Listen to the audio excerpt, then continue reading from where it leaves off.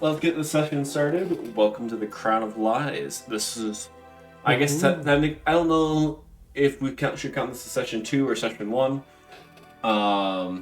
Considering we had a bit of session 0. But Yeah, yes, I don't everything. know. I think we say session 1 because this is now what the loadout of the characters are. We've adjusted things as needed. And we are pretty much set. In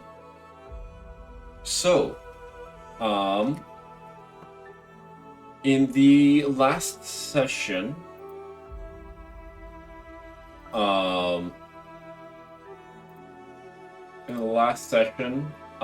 you guys, well, technically it's session 1, but you guys were able to kind of meet up and get your adventure started.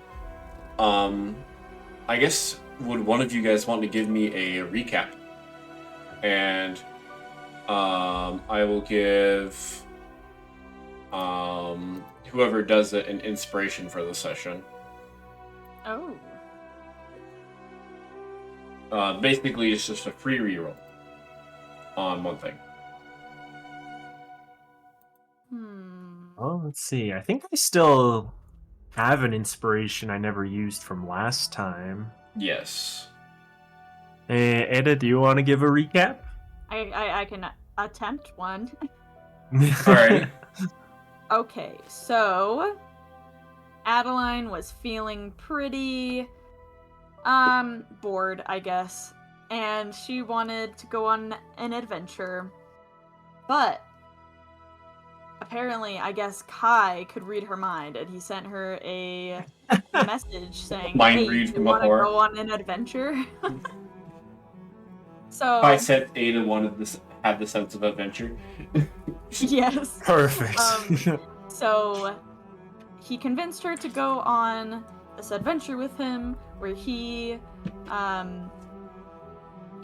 wants to try and find this artifact called the Crown of Lies. So Adeline and Kai start their adventure, and they're on their way to the tundra. And on their way there, they find a Dice empty jump scare, house. sorry. Dice jump scare, sorry. I dumped out my bag of dice. Dice. Oh, okay. Oh no. Dice. Not the dice. Oh no. Anyways, go ahead. Yes, they find an empty house, and Adeline looks inside while Kai gets food, and she finds a few interesting things in there. And the person inside, not the person inside, the person who lives there is missing. And that's weird. Adeline finds a strange note that she can't read because she doesn't know Andirian. Yeah. So they keep traveling, and then they fight a giant piglin who really beats them up, but they were saved by this guy named Lucky, who I guess is very lucky that he came, am I right? And the piglin was a part of his party, and him and his party work for this guy, they're currently working for this guy, to find an artifact for him. Now, we don't know exactly what artifact they're looking for, but we've decided to meet up with them in a few days to see what they found and maybe help each other out. And I think that's where we left off. Honestly, that was probably one of the most thorough recaps we've had so far. So, yeah. So I will say that when you use your inspiration, I'm actually gonna let you add a d6 to that roll. Whoa. When you use your inspiration, I'm gonna give you a have d6. a fancy roll. So I'll give a bit of a bonus to that because that was awesome. Okay. Heck yeah. And now we're off to the shrine, right? To try and research the artifacts we're after. Yes. All right. Kitsune's shrine. Mm-hmm. Yeah. Okay. So you guys made the agreement with the other treasure hunters you guys found.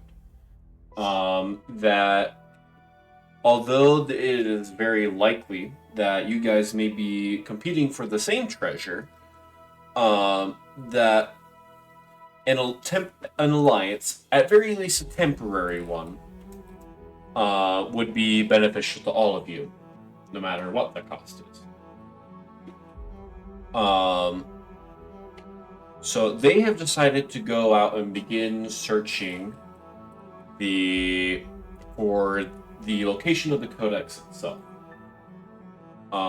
Knowing full well that there is a good chance that it is guarded by mechanisms or potentially even actual guards, while you guys are going to do some research to see if you guys are able to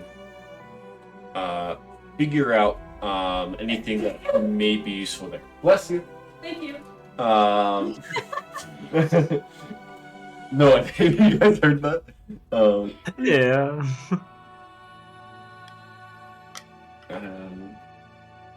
Yeah. Alrighty.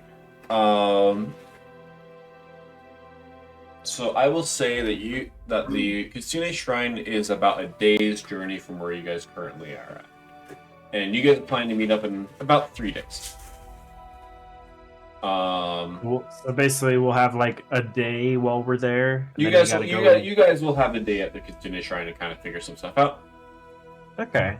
I will say, just to kind of keep things simple.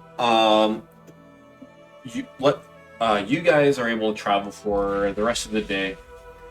You guys are able to tend to your wounds from the fight, since you guys both took a bit of damage. Yay. And you guys are able to. Actually, are you guys wanting to set up camp, or are you guys want to try and travel through the night?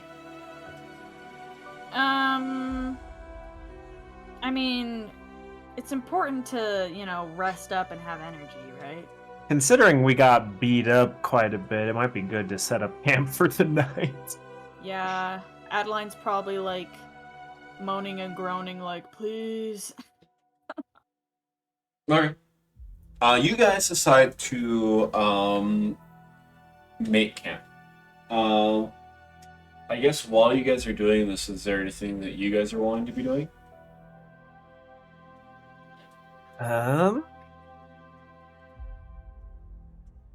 Well, Adeline's just going straight to sleep. I mean, yeah, we're both pretty beat at this point from the traveling and then the fight. It's just we gotta get good night's rest and hopefully start fresh, revitalized in the morning and get a move on. Kai, before you go to bed, are you wanting to try and set up your brew poison ability? Like, it takes an hour. Good point. I figured I'd give you a chance to do. Poison. I figured I'd give you a chance to do that. Why, thank you. Let's see. Question is, do I have materials to use? It's not on your character sheet. It does have a cost. That does have a cost. I will say, it does have. So, is it just that its materials worth that much, or is it that much? It just says materials? It just says materials worth that much. In that case, if you want, I guess it can be anything. I guess if you want to, you can just go ahead and subtract the gold amount, and we'll just say that you used to get materials at some point earlier. All right. That way we don't have to do the whole thing of, you have to go to a place and get stuff. Yeah. Just save a bit of the hassle. Let's see. Yeah, so when I work, a number of poison doses equal to your proficiency bonus. Okay, so I have 4 of those now, and I can use them as a bonus action to apply it to a weapon. Cool. Okay, I'll keep note of that. Okay, awesome. And then are you guys establishing watches or anything, or are you just both going to sleep?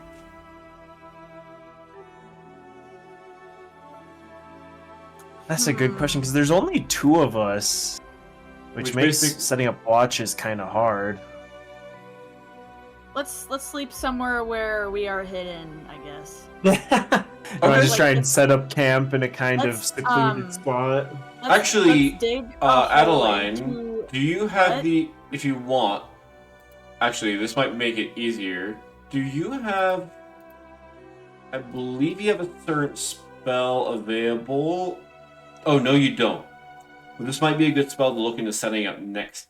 After you do this, you can actually. I would let you guys also set up the alarm spell. That's something that would basically wake you guys up if something comes after you guys. Yeah. But you do not have that prepared right now, which is fine. Oh. Well, looks like we gotta risk it Well, for one night. I was gonna say we should just dig a hole in the snow, like make a sort of burrow, and then just sleep in there. Okay, you guys can absolutely like a makeshift burrow or igloo kind of thing. People who go backpacking do that. Yeah, It's quite warm in there. Oh yeah. That's a very common thing. Sure. You guys can absolutely do that. In that case, skills from I'm half cat. Yeah. Okay. So here's how we're going to do it. I'm going to have one of you can roll a survival check. We have about the same for survival. Yeah, I have +9. Yeah, and I have +8, so you have one better. I'll do it then. Sounds good. Kai wouldn't know. I would even rule it. Kai doesn't know how to do this with his backstory. Right. You know, that is true. What's how often has he been around snow? Yeah, that's a good point. This might be the first. Oh, for all I know, this could be the first time he's seen snow. Is he confused? What is this stuff? Me and Ada actually had briefly thought about that, but I mean, he would at least travel to colder oceans, so he should see that kind of stuff. That is true. Or has he touched it? Or traveled with it? He just might not have been actually in it much at all. Does he know that you can sculpt things out of it? Okay. You know you can throw it. Adeline, you rolled a 26 for survival? Yes, I did. Very good. She rolled real well. That's awesome. Alright, awesome. In that case, you guys are able to do this. So are you guys just kind of digging in the snow? Or are you guys trying to make a little shelter? We're basically just making a shelter into the snow, right? Because digging in the snow is easier and also less noticeable because it's underground.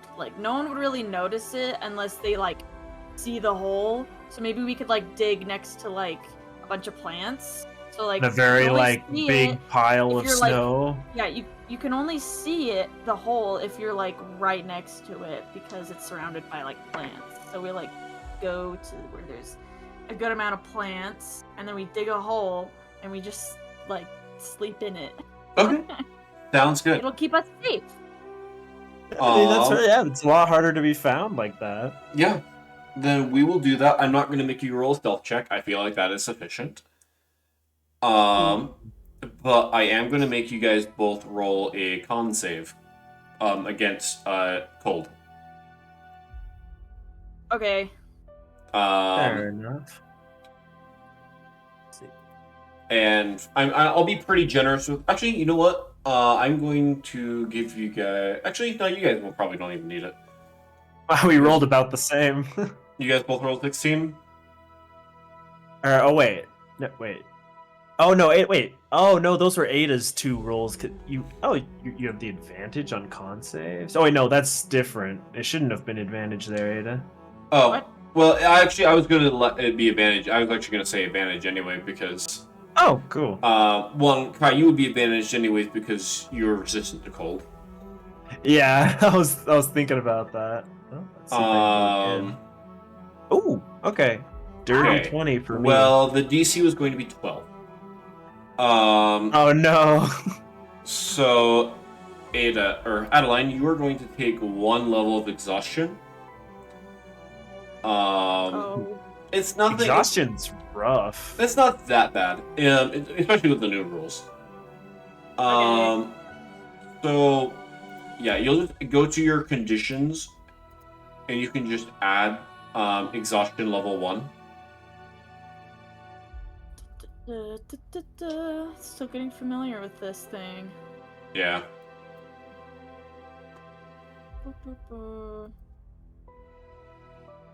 And if you click on it, it'll explain what it does. Basically, when you roll a d20, while you have this effect, you'll need to subtract 2. Exhaustion. Okay, so I found it, but what do I do again? Do I just click 1? So check the 1. Click the 1. Since this is your level 1 exhaustion. And then what you'll do is you'll look at it, and you're basically what's going to happen is you're going to subtract 2 from your checks. Your speed is going to be reduced by 5. Okay. That's all it is. And that's not actually bad. what they do. It's actually just progressive. Basically, every time you get a level of exhaustion, it's another -2 and another -5 to your speed. Wait, how do I check that?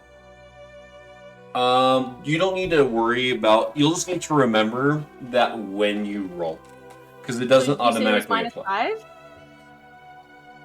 -5? Your speed will be -5, but I will say don't bother trying to do that. Just try and remember that for now. Okay, well, my speed is just 45, so I'll just remember it's 40 for. It's 40 for now, and then whenever you make a check, just remember to subtract 2. Okay. Yep. Okay. But you guys are able to do that and take a long rest. Normally this would clear the exhaustion, but I will say because we'll say the exhaustion It's is going to caused apply. by the rest. It's caused by the rest, so yeah, you guys will just take a long rest. You'll just go up to the long rest button and you just do the take. And you just will not recover the level of exhaustion. Okay. Also, in the night, Adeline elbows Kai in the eye. This is payback Close because quarters. no, this is payback because one time Jacob and I were camping, and while in the middle of the night, he freaking jabbed my eye with his elbow. It was a small dent. Yep. Oh my goodness. All right. Did you figure out how to do that? Adeline, did you take a long rest? Did you do your Yes. long rest? Took a long rest. Sounds good. Yeah, I still have my level of exhaustion. And your HP should be back up to normal, right? Yep. Awesome. Nice. Okay, just making sure. Okay. Alrighty. With that, you guys can. You guys are able to get up in the morning. Ada, I'm reminding you now. You're going to need to roll your portent. So roll two d20s. Just a regular d20. Wait, or where'd my portent go? I removed it because it was adding 5 for some reason. Yeah, it was being Actually, weird. do you want me to roll a d20 for you? Because I can do that really quick. Yeah, how about you do that? Okay. I will write it down still. Sounds Okay. great. What die should I use? That's the real question. D20 maybe? Cool.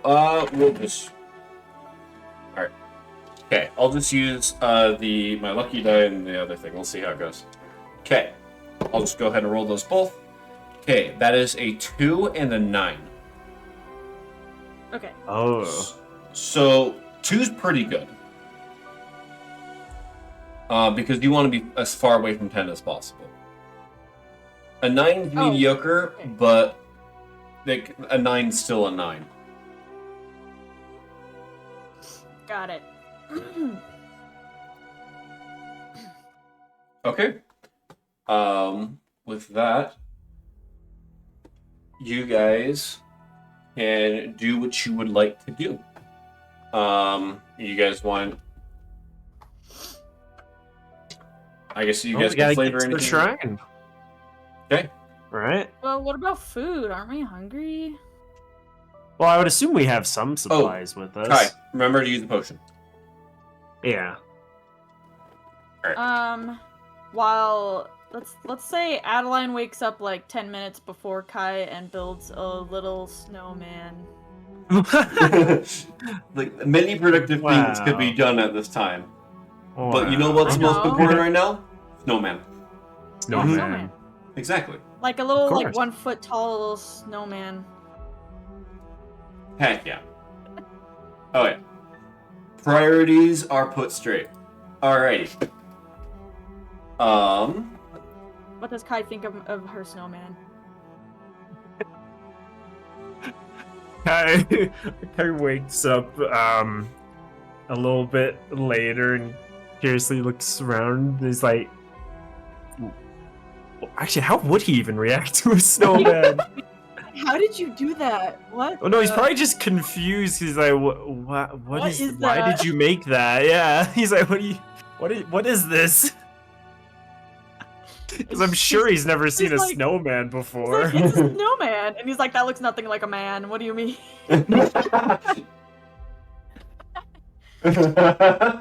Is it magical in some way, or he's like he's all about utility right now. So he's like, Yeah. why'd you make this? What's the purpose? She looks at him confused, and she's like, didn't you ever have a childhood? Oh, Oh boy. he's gonna like about to say something, and then he's just kind of bit of a cold expression. Be like, all right, let's wait, never mind. We gotta get move on. We have places Listen, to she be. doesn't know that his childhood was absolute garbage. Okay. Yeah, I know. And that's why we're gonna get to that later. Yeah. Yeah, no, he almost like. Oh, we certainly will be exploring that. Ooh. Yeah, alrighty. Oh dear. Yeah, he almost said something, but then he was just kind of like, ugh, and just like, all right, let's keep moving. We got things to do here. He Alrighty. touched a bit of a nerve without realizing. Well, that's bound to happen. It's not like she's gonna do everything that he likes. Yeah. And I will say that you guys were able to get some. You guys are able to quickly like put together a quick meal just with some of the rations you guys currently have, and you guys are able to start making your way towards the Kitsune Shrine. As at this point, you guys spend kind of most of the morning traveling. How deep is the snow? The snow in general, this area, the snow is actually quite thick.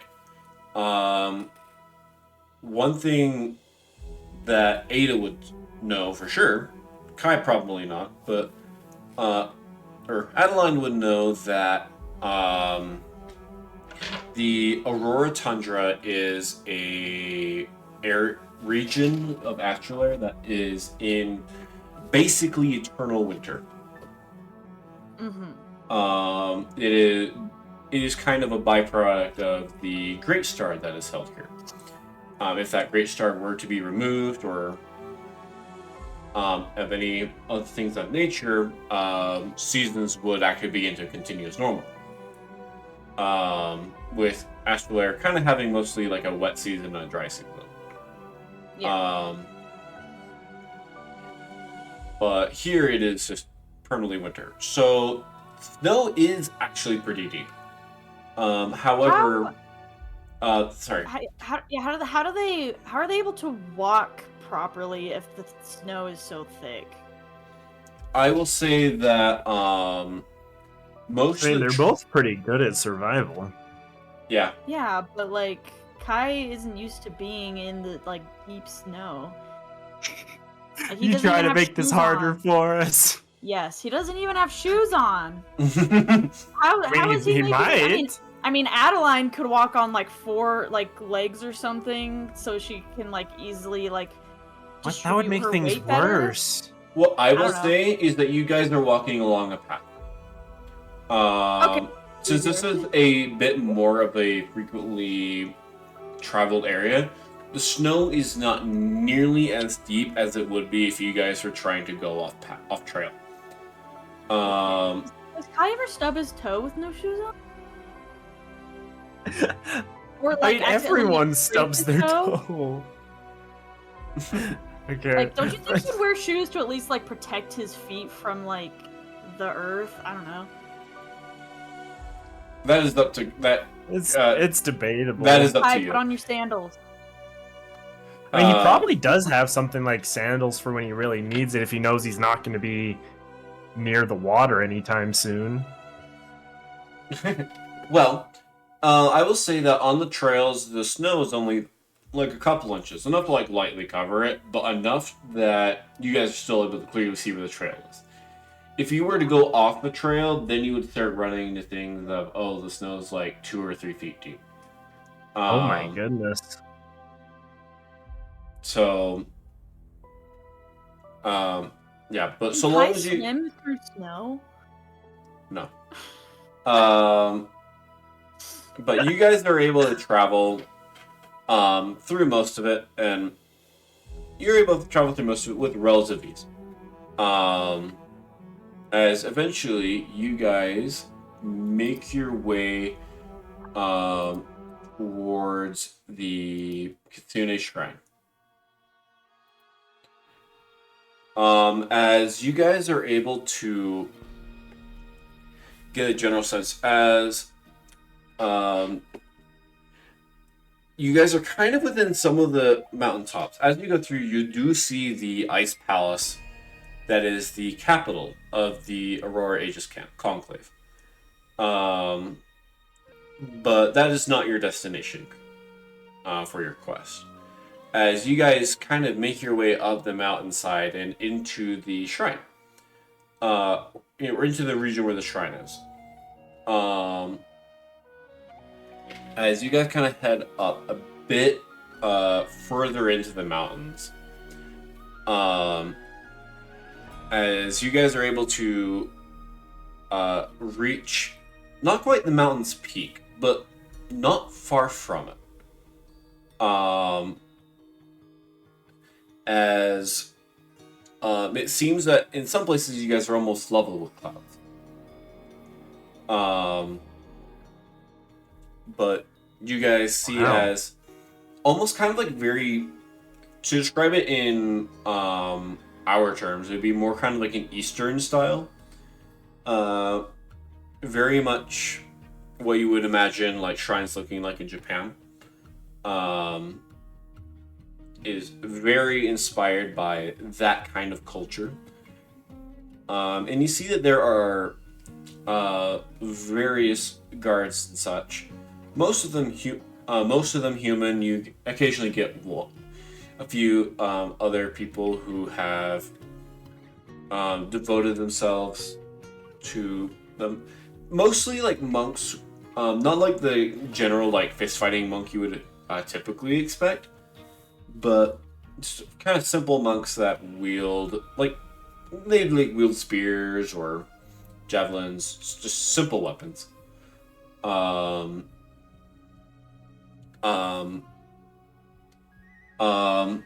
you see that they kind of they keep an eye on you guys as you approach. But guests and visitors are a relatively common thing. So you get the sense that they'll probably let you in with little to no hesitation.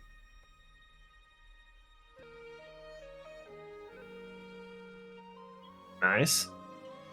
Yeah, I mean, as we're heading towards this place, I mean, Kai is definitely trying to stay very mission focused, but at the same time, this is all very, very new stuff to him. So he's definitely he's trying to be subtle about it, but he's definitely looking all over, taking in the sights and kind of internally a bit whoa, there's so much here that I haven't seen before. Especially when they see that, you said they see the castle in the distance, and it's yeah, that's crazy to him. So, I mean, the only thing he's really seen with ice and everything is just icebergs and stuff on the water. He's never seen it sculpted and used in such a beautiful way. Yeah. So yeah, just a little bit of flavor. Well, you guys are here. Where would you like to go? You get the sense that there's like a few different locations you guys could probably go. There is like a general library. You imagine you guys also might be able to talk to some of the... There's a few scribes here.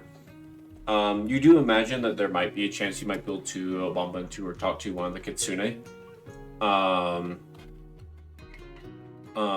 But this is mostly up to you guys how you want to handle this. For all they care, you guys are just tourists.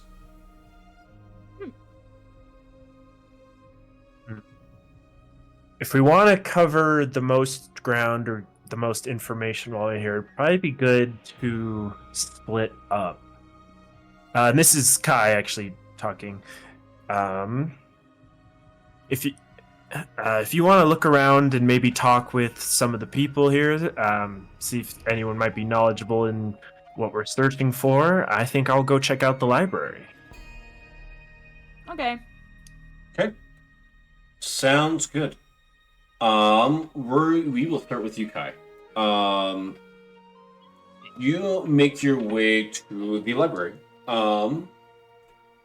And you start searching. What kind of books are you looking for? Just like, and like, kind of where are you looking? Like, I'm like, just, and that, and how much time you want to spend. Yeah, well, I know we only have like a day, basically. So I think first I would want to just kind of take in generally, like, try and figure out how the library is laid out and if there's a particular section that stands out that might have what I'm looking for, like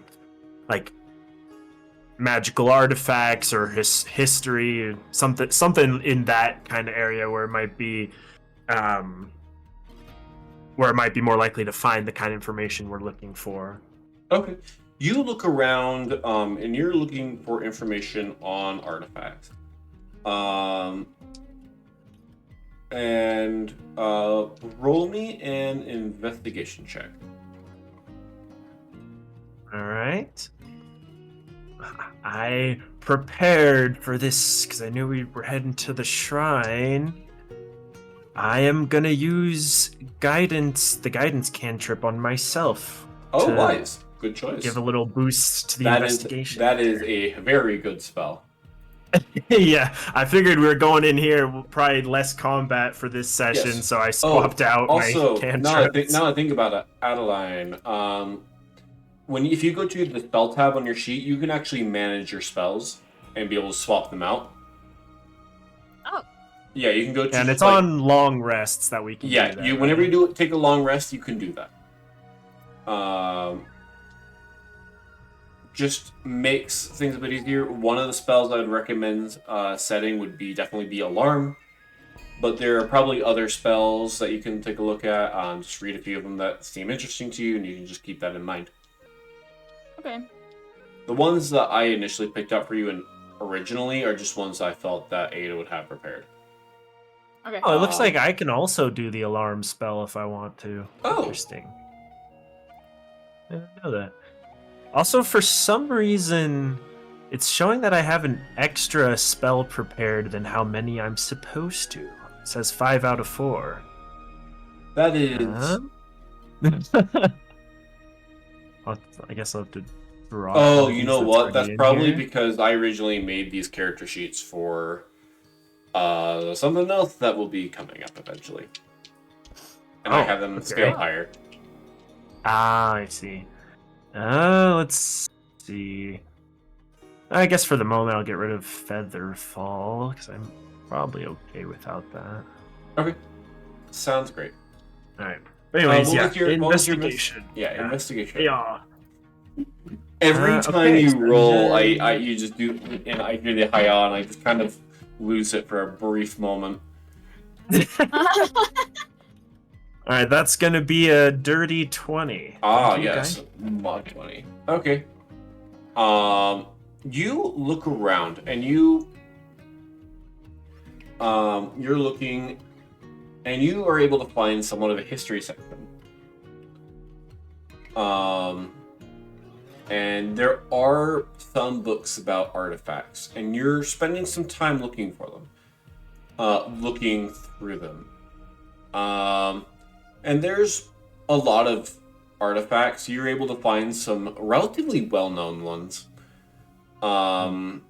You're able to find a few that have been documented several times throughout history. For example, one of the ones you're able to find is the Defender's Blade, which has been pretty forgotten. You know that is the sword that Codex wields. And you're able to get a sense that that weapon can be attuned, or it attunes most frequently to light bearers, but it is an item that, in general, just empowers those trying to do, who are fighting for a selfless good. You just kind of thinking about Nex while reading that is gonna kind of scoff a bit at that. Yeah, you're going to kind of it's like you definitely don't know how much you believe that, and you don't know how accurate these books are. Yeah. However, you keep looking and you see a bunch of other notable artifacts, but most of them don't really call out to you, and you can't really find much about anything specifically. Nothing about the Codex though you or the crown. You do see something that you do see a thing about the crown, but it's all information you already know.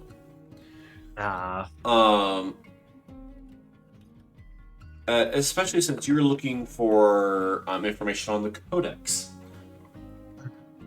and where that is located. So you do find the crown. It kind of only goes over a sense of a little bit of its history. And one of the things you do learn was that several generations back, it was at one point used by Merlings. Oh. However, over years of conflict, it eventually fell into the hands of the lizard folk.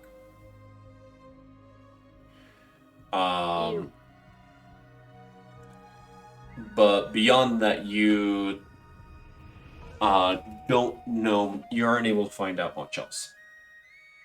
Well, shoot. Guess we gotta go see some lizards. So. And eventually. Yep. Okay. Adeline. What are you planning to do? Who are you wanting to talk to? Well, Adeline doesn't quite know who to talk to, but she does get distracted by a food stand. Because it smells really good. So she's like, I bet Kai wouldn't mind if I got a quick snack. Okay.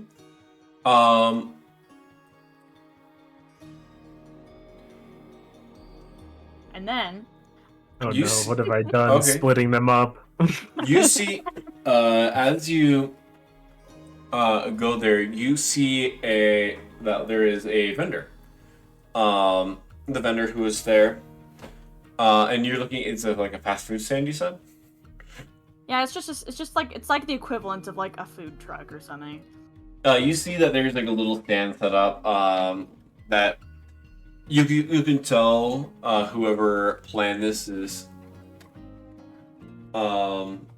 relatively smart, and you see that this figure is a bit more of a short and stout figure. And you see that they have kind of like a wide-brimmed hat, and they answer and stuff, and you get the sense that they appear to be Merling, actually. Wait, how are they on land? Oh wait, never mind. Well, that is a good question actually, because I don't think the water breathing potions is a widespread thing now, unless that's changed. Well, isn't since they isn't started Sniff selling them. them or something? Yes. Yeah. Sniff So I started guess selling them. I guess it could have spread from there, huh? As people picked up how to do it.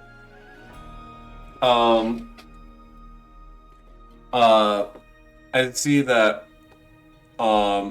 very similar to actually Sniff, actually. This does appear to be another like axolotl merling. But, it's a franchise of his shop. but even if it was Sniff, you wouldn't be able to tell, as they're pretty heavily bundled up. And although they like need exposure for breathing, this one is just more focused on being cold. And also the axolotl merlings, their physiology is a little bit different. But so they aren't so they're prone to the cold. Because they'd be more in tropical kind of areas. Yeah, they would definitely be a bit more prone to cold. Okay. Different kind of merling.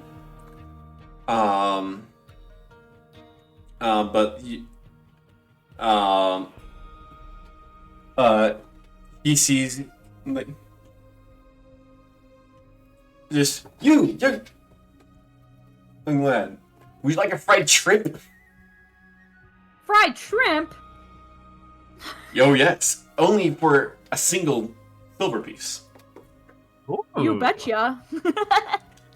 Alright. You can I know you only have I believe you only have gold pieces, but you can just You're gonna need change. Can you break a gold piece, good sir? Basically remove 1 gold piece and add 9 silver pieces. Okay. Let's see. And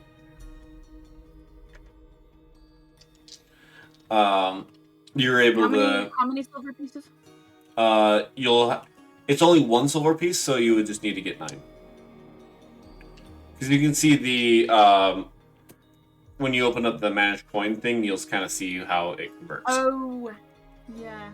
Okay, so -1 gold piece and +9 silver piece. Yep. Okay.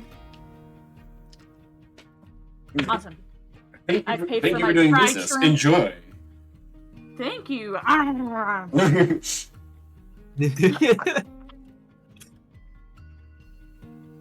Okay, you do that. That was very good. Yes, it in fact it is quite delicious. But as you do remember that you do have the task that Kai gave you. You imagine you could probably try and talk to a few people, potentially even in the library. Actually, you could talk to someone in the library. You might be able to find someone who might know what you're looking for, or you could just kind of look around, see if you can find anyone who might be knowledgeable. Well, since Kai is already at the library, Adeline's probably just gonna walk around to see if she can find anything. Okay. You look around and you see that the Casino Shrine actually has quite a bit of stuff. You get the various shrines as you would generally expect. And then you see there's a few places where you can see where they're like, oh, there's a smith here who's making armor. You see some people who are doing glass work. You see a few places where there's like a little shop where they're selling kimonos and stuff like that. As that is kind of some of the preferred clothing for some of the for the kitsune. And it's just a popular thing that tourists like to come get. Okay. Adeline goes into the shop. Okay. You're going into the shop. You see that this shop, it's not as like decked out as you might expect. Like where you go to like some gift shops and there's like everything's been like marketed to like everything's been turned into a plushie. It's not like that crazy. It's like a pretty humble shop.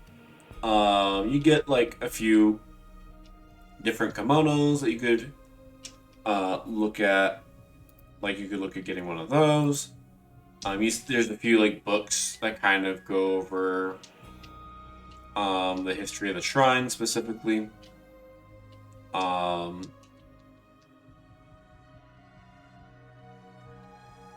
And you see that there's like someone who's kind of running the shop. They're kind of going around. You imagine you could probably talk to them if you wanted to. And Kai just went straight to the deep research, and then they're gonna meet back up later, and it's like, wow, Kai, this place is great. She just went on a shopping trip and like saw the sights. Honestly, that's kind of what she's already doing. Oh, yeah, Kai was specifically like, listen, I think you'd be good at like talking to people and trying to get information that way. And then she's just running around like, ooh, shrimp, ooh, a gift shop. Yeah, pretty much. Oh man. So Adeline decides to ask the storekeeper, you know, if they know anything about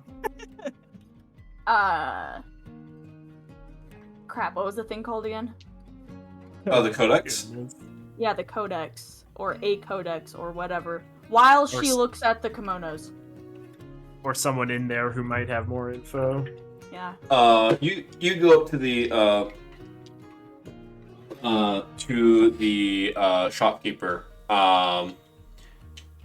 You've been kind of looking at some of the kimonos. There's a bright pink one, with white highlights on it. Ayo. That does seem to catch your eye.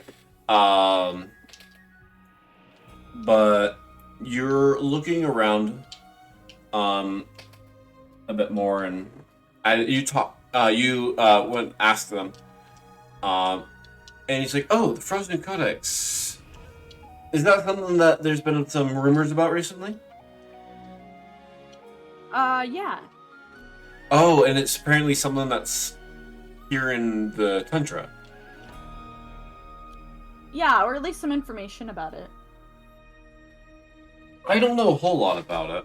I have had a few other people ask me. Though I believe there might be a certain book that I might be able to help you find.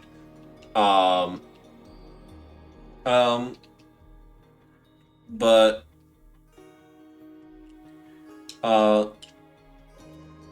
we shall see. I kind of need to attend to my duties right now. Okay, yeah. Could you show me that book?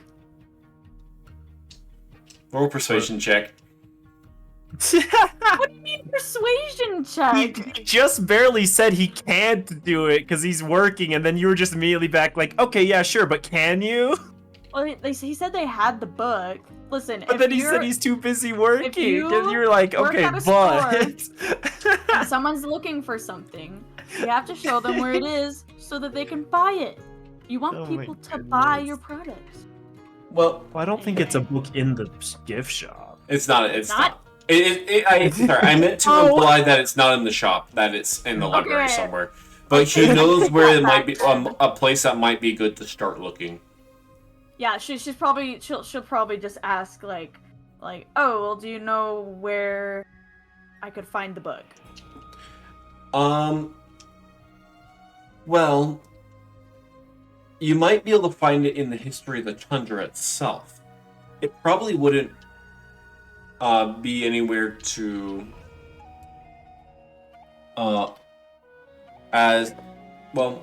A lot of people are trying to look in it and trying to look in the artifact section and such. However, Dang it! however, it's probably not going to be there. But if you want to, if you're willing to wait until after my shift, I could, I might be able to help you out a bit. We'll see. Okay. Adeline decides to stay in the shop and look around until their shift is over. Hey, remember, we don't have a ton of time. We only have a single day to be here, like a single evening. How long is the rest of your shift? I will say that right now, it is kind of like early afternoon. Given how a typical, like, 8-hour shift would work, you'd be waiting until, like, pretty late in the evening. It'd probably be better to just go start investigating on our own then. You could go find Kai in the library. That, or if you can give them a reason to care a bit more. My grandmother's dying, and I need to... Wait, what? I'm just kidding. She wouldn't do that. Deception! No. See, appeal to their business instincts. Huh? Say you'll buy some stuff from them if they help you with the book. Appeal to their business instincts. Here's the thing. She was already going to buy things anyway, but the storekeeper doesn't know that. So she'll just be like, hey, how about this? If you help me out, I'll buy, like, 3 things from your shop. No, they raise an eyebrow. I'm like, what things? Oh. Uh-oh. Well, first of all, this kimono over here is actually looking quite nice, and she's actually pointing at a blue one. Oh, okay. The pink one was interesting, but she does like the blue one with flowers on it. Roll, if you want, roll me a persuasion check. All right. Boy. This is going to determine something. Your persuasion is huge. What the heck? Yeah, 32. Jeez. Okay. You're so persuasive. Okay. You know what? If you're willing to buy, let's say 20 gold pieces worth of stuff, I will help you. I can help you right now. 20? That's quite a bit of your money. You could take them up on it, or you could just try and go find it on our own. You know what? Sure. Okay. You do that.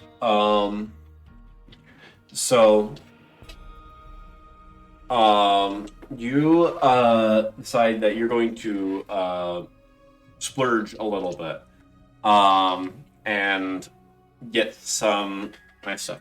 You were able to get the blue kimono. I'll also get the headdress that goes with it. Okay, yeah, you'll get the headdress that goes with it. And the shoes. And the shoes. And the shoes. Ada's got to have her outfits all picked out. And gonna look fabulous. What else is in the store? There's a few other things. There's like different like books that have like there's some like stuff that's like history of the shrine and stuff like that.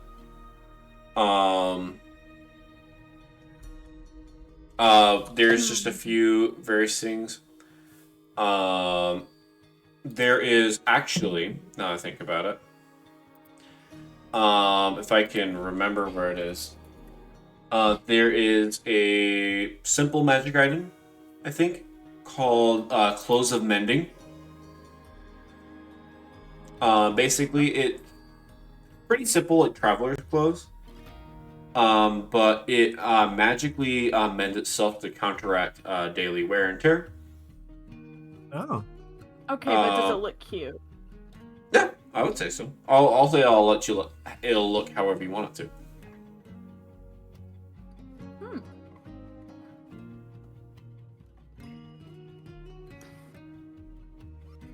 I don't know. Her clothes don't get torn very often. Yeah, and I mean, let's see. She's gonna take a look at some of those history books. Okay. Yeah, I would say you can take a couple of those, or just one. I mean, it's kind of just. Are you wanting to like kind of read through them before you buy them, or you just want to buy them? She's gonna look through them first. Okay. They are generally focused on the kitsune themselves. Their history and stuff like that. It isn't super focused on the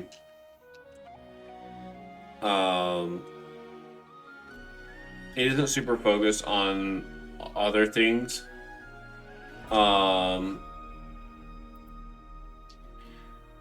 But it's also talking about how there are various secrets that are kept within the library. You do see something about that.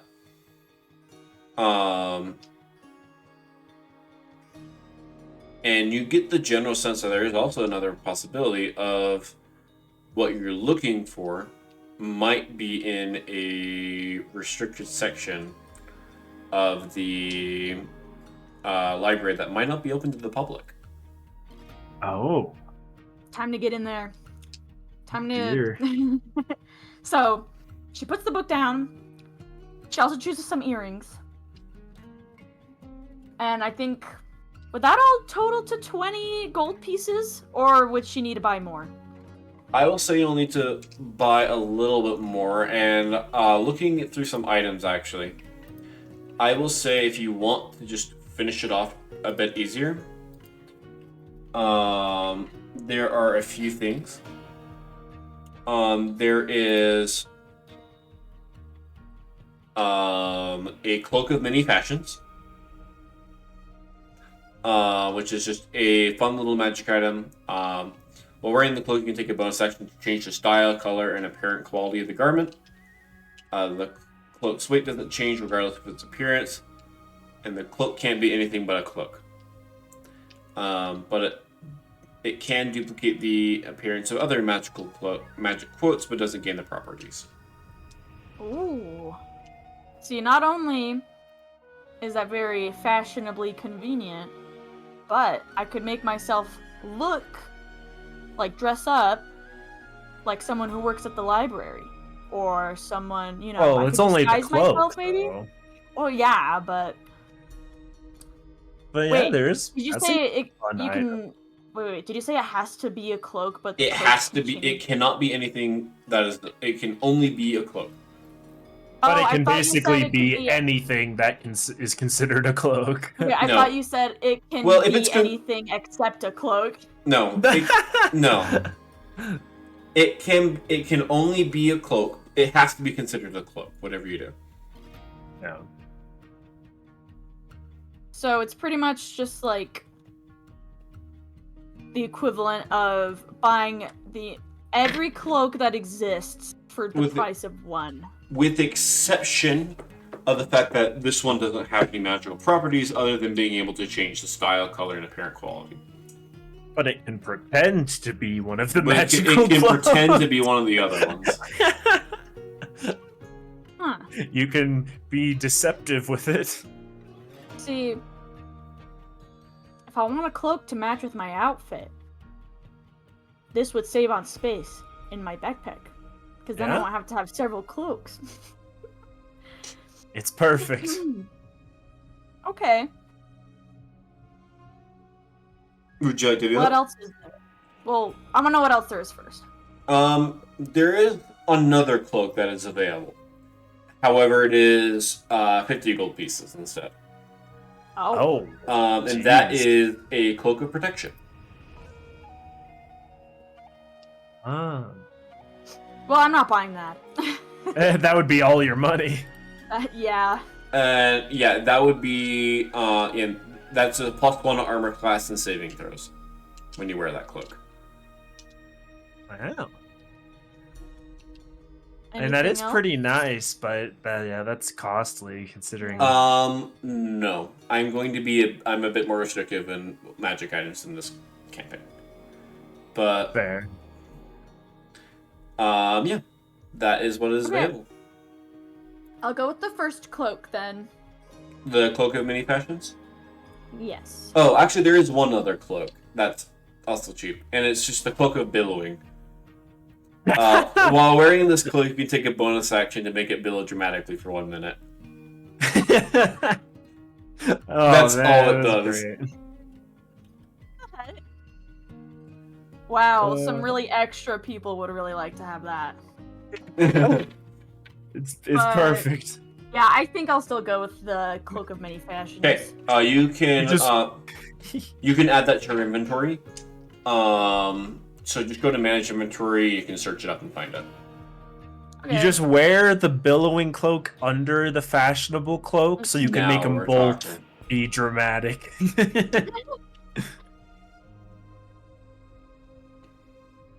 No results found.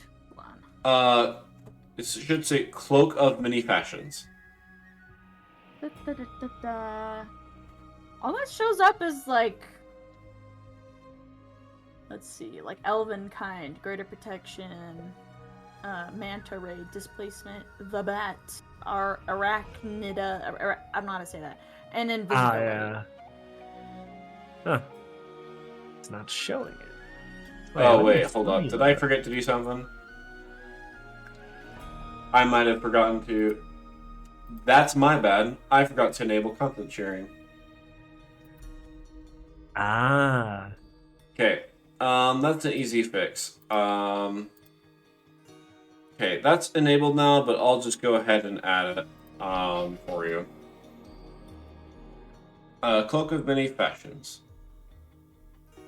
Alright, I've added it to your backpack. So you'll probably just need to reload your character sheet. Alright. Let's take a look here.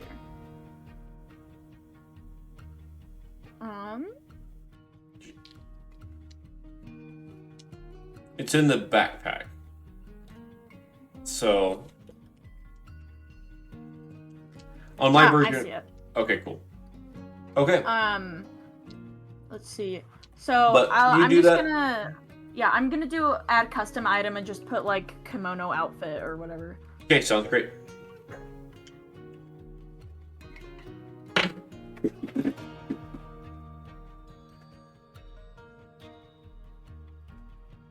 Okay.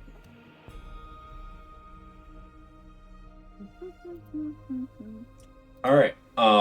With that, you do that and you purchase those. So that will be around like 25 gold pieces. Okay. Just with the total of the things you bought. Yes. Since the agreement was over 20. Yeah. Okay. So you'll just want to subtract that.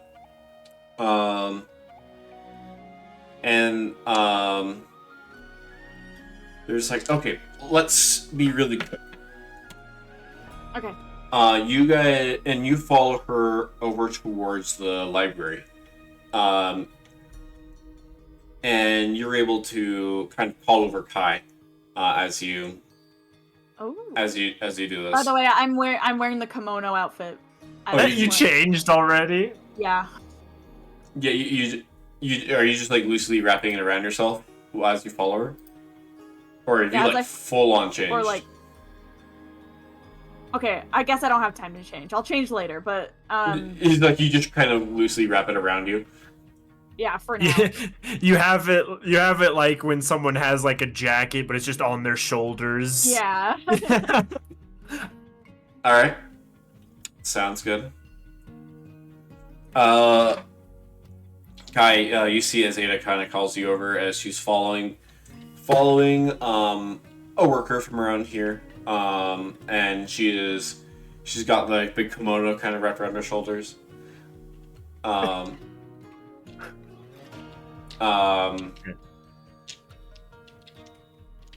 And you see as you guys are taken to a quiet section of the library. Okay. Yeah, as they group back up, Kai kind of just tilts his head and gives her kind of an odd look, seeing like she has like she has like a few bags or whatever, however she's holding the items that she bought. I was like, okay. She's like holding like the equivalent of like a mall bag, like she just went shopping. Yep, pretty much. And he's just like, okay. He's not gonna question it though, because it seems like she got a lead. So he's just like, okay. Yeah. You see as you guys kind of move to a quiet corner of the library, as you guys seem to be headed into a simple, like just an ancient literature area, which for the most part would be just pretty generic, boring, like poetry stuff that may have been studied or maybe used to learn languages or something like that. There's no one over here, and you're just going, and she is going to turn to the both of you, and then just be like, "I'm technically not supposed to do this, so not a word from either of you." Understood. And she's actually going to. You look around. There's various books around here, and you see that there's one, like, not very detailed book. Compared to all the other ones, that doesn't have really a title on it or anything like that. And you see she pushes it in as it clicks, opening a secret door in the library. As she quickly ushers you guys inside. We're getting secret access. And she, as you guys get in, she closes it. Closes it behind you, behind all of you.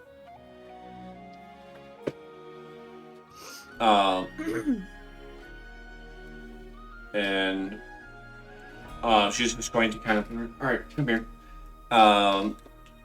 As she's going to, as this area of the library is dark. You get the sense that this area of the library is a bit more secret. It's secretive, and therefore what they need to do is they actually have hidden it in a place where there's no windows, so it can't be broken into easily. And in fact, it's meant to even be a thing where it's like it just doesn't exist. It's just meant to be like that.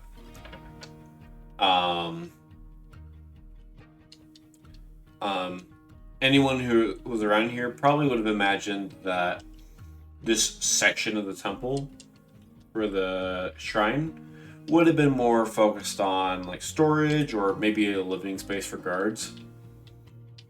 Well, you do imagine that somewhere around here, this is not it.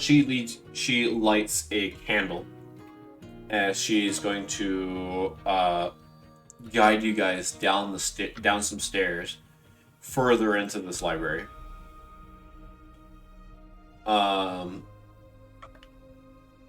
As she's eventually going to stop, she turns to a certain bookshelf and pulls out a book.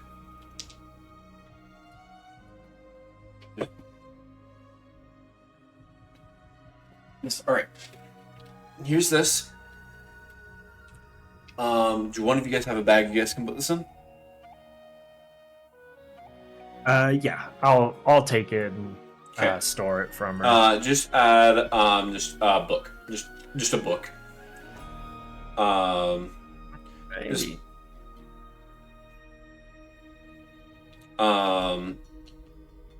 and you see that this book is it seems to be almost more of a tome.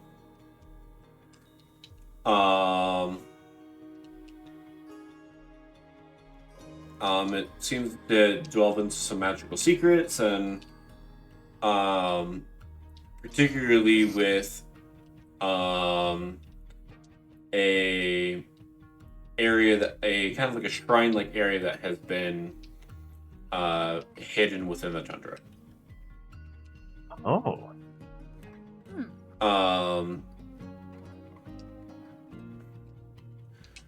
So you guys, you put it in the bag, and it's like, okay, now we gotta get out. And I would recommend you don't read that book here. Go read it anywhere else, but don't read it here. You guys are not the only ones looking for that codex. Oh dear. How do we? Thank bring you it for back? helping us here. What do you mean? I stored the book away. No, like. We're Oh, taking how do the we book bring to it back read to the It's a library? library. We can't keep the book. I'm it just kind of was right. I'm pretty sure that we're not supposed to have this book in the first place. We're stealing it here. What? Why can't we just give it back to her at the gift shop when we're done reading it or something? She can put it back. I mean, it would have to be after we retrieve the codex because we don't want anyone else getting their hands on it first. Okay. Would anyone notice that it's gone? Only a few people will ever come in here. Generally, only the kitsune themselves. Okay. But I was able to learn of it just by being around here. And I've done, and don't tell anyone else, but I've done a bit of sniffing around. Of course. Okay. So while we're in here, could I do another kind of sneaky investigation roll to see if I spot any other interesting or potentially helpful books in this like forbidden section? Sure. Yeah, roll both a sleight of hand check and a sleight of hand and investigation. Oh. Wow. Okay, sleight of hand I got 21, and investigation I got 16. I was specifically focused on Kai, but that's okay. Yeah. Oh, you said both, so I thought you meant both of us. Oh, I said that. Yeah, I'll need you to roll both this and this. Oh, never mind then. Let's see. Okay, and then I still have This is the same number. The same one. 17 Oh, that's right, because of for the the investigation. because of guidance. And- Okay. Yeah, technically with the guidance, it's just an at-will cantrip, so I can just be switching that around when I'm using these checks, can't I? Okay, what I will say is actually like a verbal thing. If you want, you can. So I will say no, you cannot use guidance unless you want to have disadvantage on the sleight of hand. Okay. Yeah, I won't use it for the sleight of hand. Yeah, then. although yeah, and if you did use that, I'll let you reroll. But All right, let's do sleight of hand. That's not great. I'll use the inspiration I still have because I want to see if we can get something helpful. Oh, that was worse. That was close to being good. Oh. Let's. Do I have anything to help with that? I don't think I do. no. Only I had lucky. Well, no, Ada won't be able to help you. Actually, yeah. Ada could get it slightly higher if she gave you the 9. I think in this case, with it being such a bad sleight of hand roll, it actually looks like I just bumped in and like knocked a bunch of the books off the shelf. Just like, Kai, what are you doing? It's like, oh, sorry. You like frantically try to put it back with all of that. Oh man. It was worth a shot. And when you talk about returning it, you're just like, oh, that is a good idea. And she's going to grab a different book. And you know how some books like will have kind of like the paper cover that goes over the leather one? Mm-hmm. Yeah. She actually takes one of those off and puts it on the one you currently have.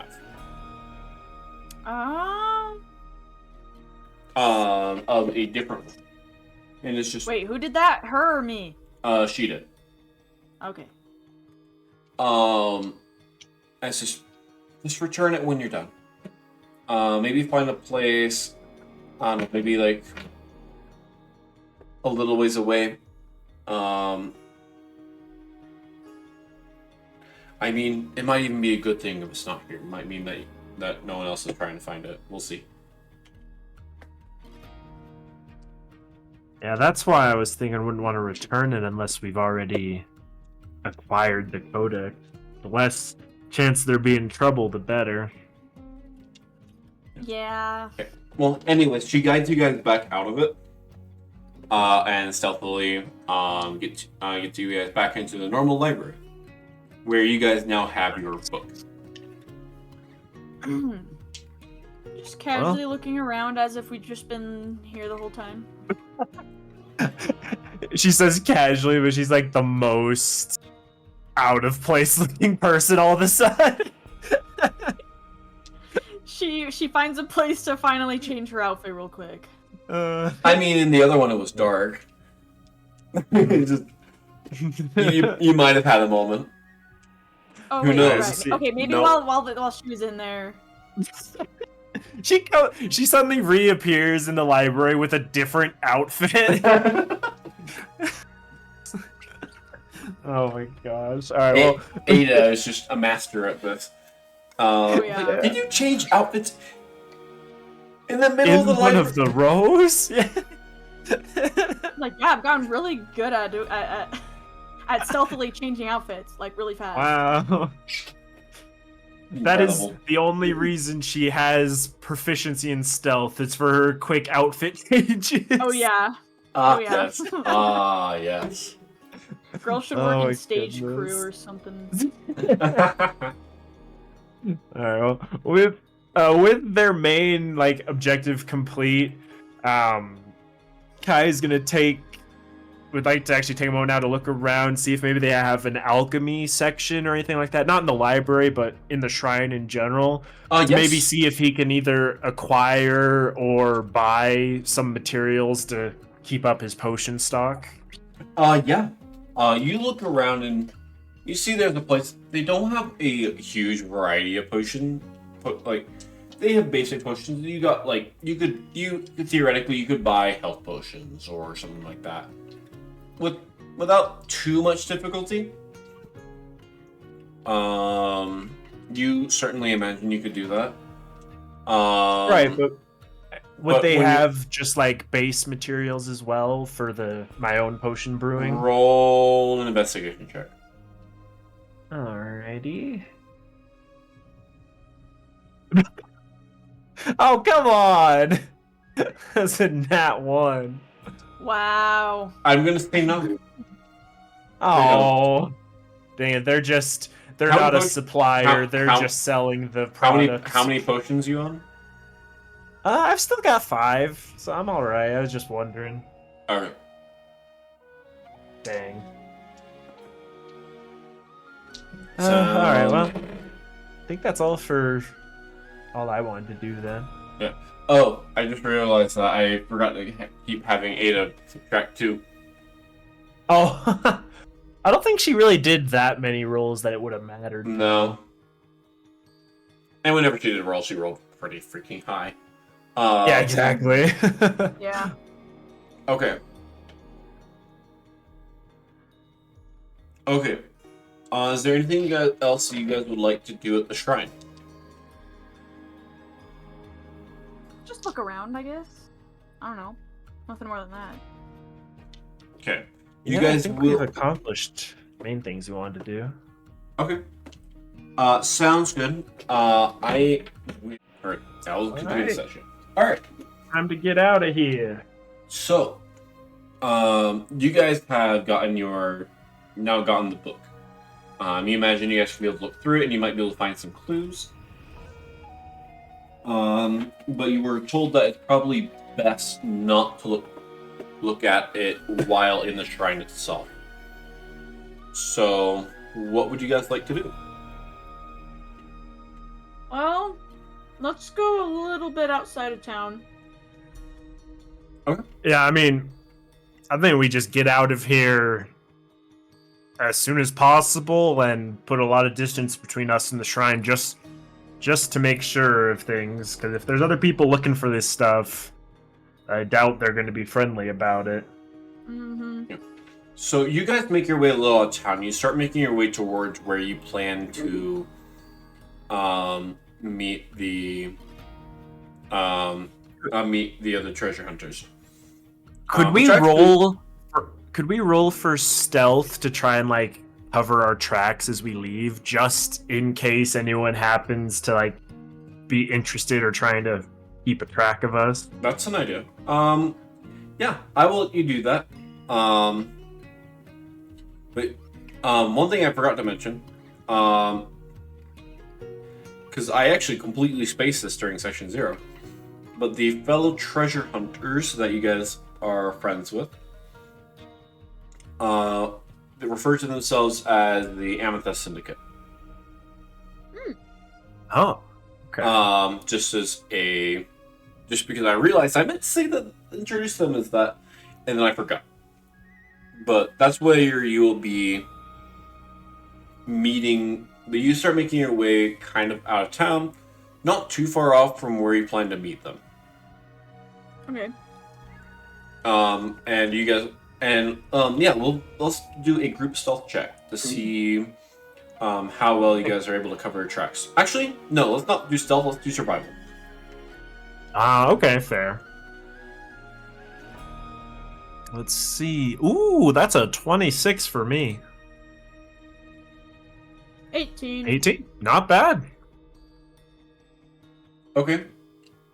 Averages out to, what, Right. 22? Mm-hmm. Okay. You guys are able to pretty effectively cover your tracks. As you guys kind of find a quiet corner of the woods where you guys are able to kind of seclude yourselves. And you guys begin kind of looking through the book. And you guys flip through several pages, and you do find some interesting stuff. You get the sense that it is a little bit more western, like west of where this place is held, a bit more west. But you also you learn that there is a puzzle at the door. However, you don't get any details about anything further within where the Codex is kept. But you do find out something about the door. Although you don't get a direct answer, you get a hint. And you guys get a riddle. Oh. All right. You guys might want to write this down. Oh boy. Okay. Okay. Just to make it a bit easier for you guys to kind of do it. Okay. I'm ready. The stars above, their shapes untold, must form the key that guides the bold. Align them true with care and might to find the crown and end the night. Okay. I only got the first sentence. I think I got it all. Okay, do you want to read it back to me? As the stars above, their shapes untold, must form the key that guides the bold, and then align them true with care and might to find the crown and end the night. Yep, that is correct. Okay, so sounds like if it's stars above, it almost sounds like you need it to be a specific like time or day where the stars are aligned a certain way, unless there's like stars at the entrance in a engraving sort of way. Interesting. Okay, well, it's something. Mm-hmm. Can you say it again? Because I was so focused on writing it down, I didn't even pay attention to what the heck this riddle was. Here, I'll send it to you real quick. Oh, thank you. Well, better I can say it. The stars above, their shapes untold, must form the key that guides the bold. Align them true with care and might to find the crown and end the night. Yeah, it does sound like it has to be at night, when the stars align correctly, that we'll be able to get the crown? Like, well, this would be the entrance for where the Codex is. It'll just lead. The Codex can lead to the crown. That's what I meant. So that's why it says. Codex. I think that's I mentions it. Yeah. Yep. All right. Okay. So, armed with this knowledge, are you guys wanting to go where you'll meet the rest of the party? Yeah, I think so. I mean, it's a little early, but you imagine that you could probably just wait there. You know what? Yeah, we can get set up a little early. Yeah, if there's nothing else to learn from the book, I'm good to move. Yeah. What if Kai forgets that he has the book and he jumps into the water? Give me the book. I guess that's fair enough. All right, put a book in your inventory. Okay. Okay. You make your way. Was there a place you guys specified that you guys were going to meet? I cannot remember. I don't think we had it. I don't think we specified. We were just like, you guys are going to be searching around for potential ruins or interesting spots. We're going to visit the shrine, and then we can meet back up somewhere in the middle, I guess. Okay. I think that was kind of just the idea. Well, you guys set up camp a little ways off the road. We'll say near where you guys initially met. Actually, no, because that's a bit farther. So maybe not that. But you guys kind of reach a place where we'll say that you guys set up a place because I'm too lazy to figure this out. Well, I imagine they'd know the area, so they'd probably have an area where hey, meet us here, since we're new to the area. Mm-hmm. Yeah. So you guys meet up in that location. So how long are we waiting there? You wait there for you expect it said that it'd be maybe 2 days. But you actually see as you wait for maybe 1 or 2 hours. Oh. When you see Lucky, who soar in. I don't know if I specified, but he's an avian. I think you You did. I remember. Yeah. But you see as he lies in. And I actually forgot to change music, but you see as he flies in. I'm like, oh wow, you guys are here already. Well, we found it. Though unfortunately we're stuck at the door. But the others you should mention that. Are still on their way. Oh, did you find something? We might have just what you need for that. I'm not going to show them the book or anything, but I will recite the riddle. Yeah, I will well, actually, wait, no, I'm not going to recite the riddle yet. I was going to say we might have something to help in that regard. Let's meet up at the entrance and see if we can get it cracked open. Okay. Sounds great. You are able to do this.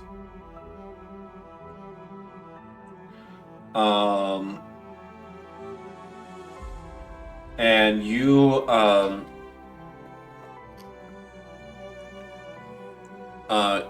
you travel, you make your way down, and you do head to the western side, as eventually I will say you guys are going off the path, so it is a little bit more difficult as you guys travel throughout the day.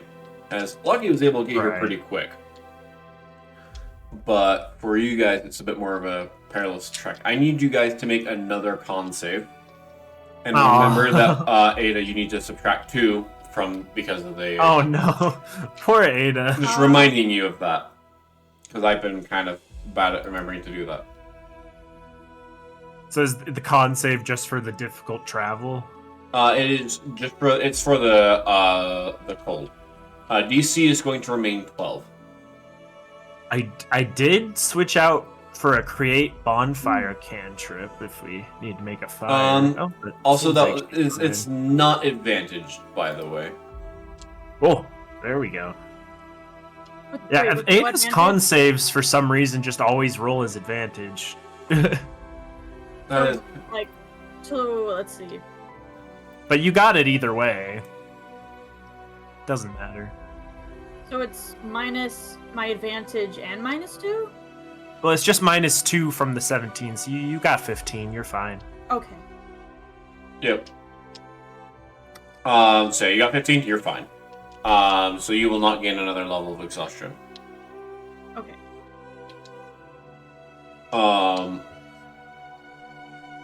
But you guys make your way as you guys eventually approach a cave. And as you guys get a little bit closer, we are going to open up the map. Yeah.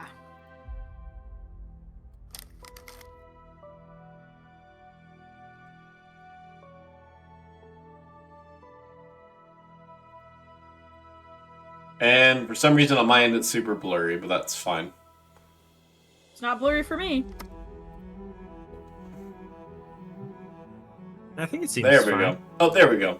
It just on the what I have for the camera. Now I just need to open that up. Okay. In here you see that this is where everyone else in the party is, or in that party is. So you guys, and in front of you guys see a set of like stone pillars that kind of stand before the entrance. Each of them has a symbol that resembles a star. Okay. And what you can tell just by looking at it is that these pillars can be rotated and pushed. Oh my gosh, it's Legend of Zelda. Okay. Yeah, so at this moment I'll recite the poem back for them. So we all are on the same page now that we're actually here. So you're gonna tell them the poem? Or we could look cool and just open it and they'll be like, how did you do that? Well, but the poem doesn't have a solution, it's just a hint. I'd rather have the extra minds on it. Oh, fine. So yeah, Kai's gonna recite the poem for him and just tell him that they were able to find some information about this place and at least get a hint to how the door must open. Yeah, and you guys get the sense that you'll need to align the stars in a certain way. With that, what would you guys like to do? Do we have a visual of like the stars or the pillars? I do not have a visual. Sorry. I look at them closer to look at them more detailed. Well, you get the sense you can move them around, and basically around them, you kind of are able to kind of create a constellation. We imagine that you could even probably form these into an image of something. A key. Okay. Form it into the image of a key. Is this what's formed the key? Yeah. I mean, alright, yeah, we want to give it a shot. See if we can piece together an image of a key from these stars. You guys all work together. A few you guys moving pillars, Ox moving a pillar on his own. Of course. V teleporting one into a position. You guys try and make something in the you try and move stuff into the form of a key. And nothing happens. Oh. Shoot. Let's see. Maybe the specific constellations are important. Yes, here? this must form the key that guides the bowl.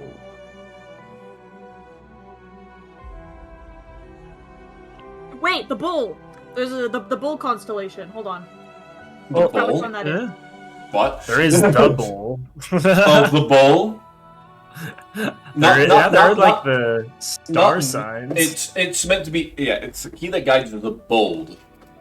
Yeah. Oh, gold. Never mind.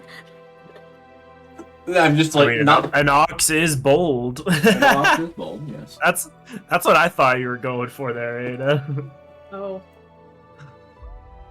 Okay, well, I mean, what can we see? What is different about each pillar when it comes to like the star shapes that are on them? Yeah, what are all the star shapes? Like big, small? Are there ones that have more, or the ones that have less? What do we got to work with here? You get some, like you see a couple with 4 points, a couple with 5 points.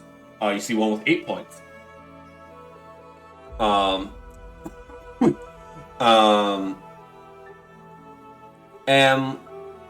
And you're looking at the pillars, and they just seem to be more of on different things. And you also get the sense that you can kind of create a line that connects the two pillars, or connects pillars. So you can kind of use it to draw out whatever you're trying to do. So they have edges that line up with the other pillars. Is that what you're saying?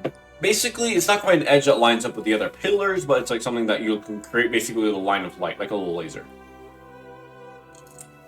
Oh. Alright, well, round 2. I want to try and... There's 4, I think? How many pillars Right? are you There asking? are 4 pillars? No, there's Three more. pillars. There's more than that. Oh, I thought I heard 4, my bad. No, there's like a good number. There's plenty of pillars. I would say there's probably like 10 to 12. Oh, Probably more than you need. Basically, you don't need to use all of them. Are there any are the pillars all different, or do some of them share shapes? Well, some of them do share shapes, but it's not anything of significance. So does each pillar have a different constellation on them? The pillars don't have a constellation on them in and of themselves. They're like individual stars. Each one is an individual star. Oh. Basically, what you guys are doing is you're trying... Basically, I'll just kind of explain a little bit. You guys are wanting to move these pillars into the shape of the key. But what is the key? That's the question. What is the key? Jacob, read me the poem again. The stars above, their shapes untold, must form the key that guides the bold. Align them true with care and might to find the crown and end the night. Wait, it says and end the night. Is the key maybe like the shape of like the sun? It's find the crown and end the night? Is like a circular kind of sun shape we could maybe make? Move them into a circle shape. We're trying. Nothing happens. Oh, dang it. No, you are really close. You're getting close. You're getting closer. You're looking in the right spot. Is it the shape of a crown then? Is it the points of like a basic crown silhouette? You want to try that? Yeah. You form the pillars into the shape of a crown. As you do this, the ice cracks. The room cracks, and the door opens. And basically, the area opens, allowing you guys further passage in. We've done it. Yay! That ended up being slightly harder than I thought it would be, but that's all right. Oh, really? we weren't thinking the right way. Hey, it was just directly in there. It's fun though to make it. It's always gonna be a bit more complicated. Oh man. but we did it. We got through. And I am definitely a little more concerned now, though, that we are gonna have to either race or fight these guys, though, because it seems like the Codex is specifically related to the crown. So if they're wanting the artifact the Codex goes to, we're after the same thing. Dude, that's gonna be hard. We couldn't even we got one of them. we got messed up before, so we're gonna have to be real careful with how we play this. Also, I have to use the bathroom. Can I super quick go do that? I'll be right back. Yeah, absolutely. All good. I'll be as fast as I can. It takes a brief moment. Yeah. Everyone takes a brief breather after pushing those pillars around so much. Y'all take a short rest. Yeah, just short rest.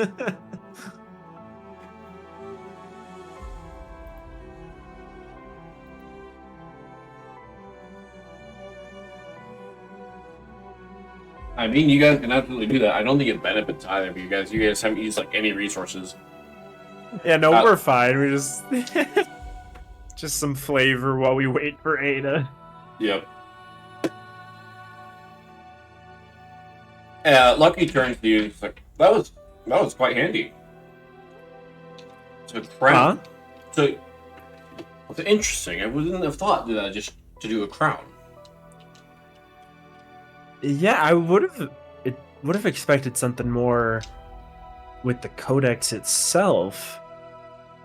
Do you guys know what the artifact that the Codex will lead to that your client wants? That depends on who's asking. And why, in particular. Well, I mean, we were pretty upfront before that we are interested in some information that is supposed to be in the Codex. Just want to make sure we keep this a friendly partnership here and make sure, whatever our goals are, that they're not clashing. Well, what I will say is that even if we are after the same thing, we can still work together. I just say that when push comes to shove and it's either us or you guys, only then will we have to really worry about things. Noted. Definitely keep that in mind then, but let's hope it doesn't come to that. Agreed. You seem like a fine gentleman in and of yourself. Thank you.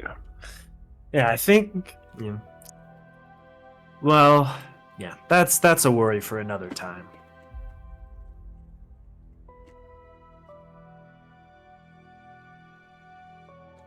All good.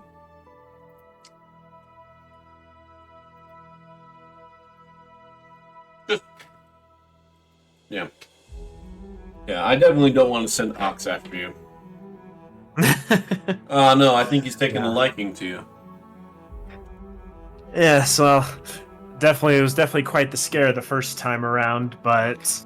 Ox is just kind of standing there, blankly staring off into the distance as he does. Alright, I'm back. It's definitely interesting seeing him now. It seemed like such a harmless fellow. Who? Indeed. We're talking about Ox. Oh, yes. I like Ox.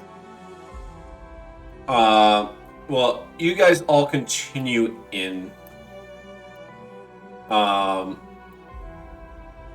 this room. And this room, you see that there is a... What? You see that there is, on one side, there is a locked door.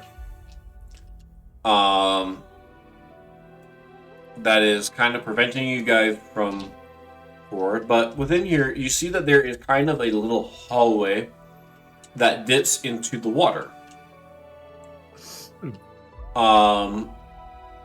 Underneath, however, right around here,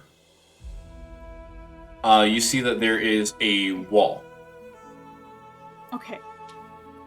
But beyond the wall, this is a transparent wall. I will say this is like a glass wall.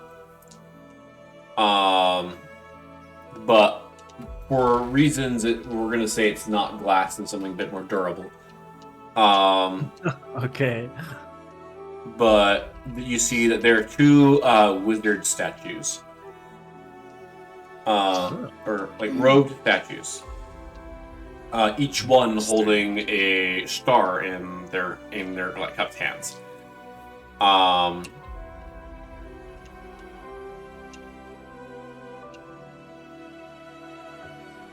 Okay. But you can get the general sense that entire room is underwater.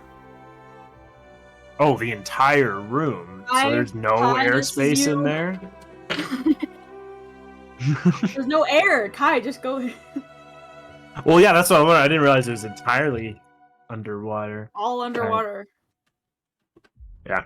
Kai's gonna take a look at what's going on and realize, alright, this definitely looks like the job for a Merling here, but what about those statues? What was that? Oh, Lucky's just gonna nod. Oh.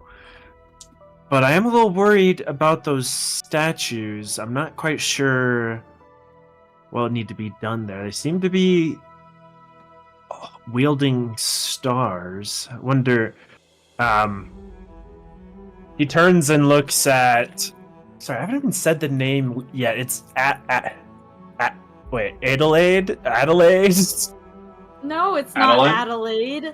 It's Adeline. We've been saying it Adeline. Wait, no, it is. Oh my gosh.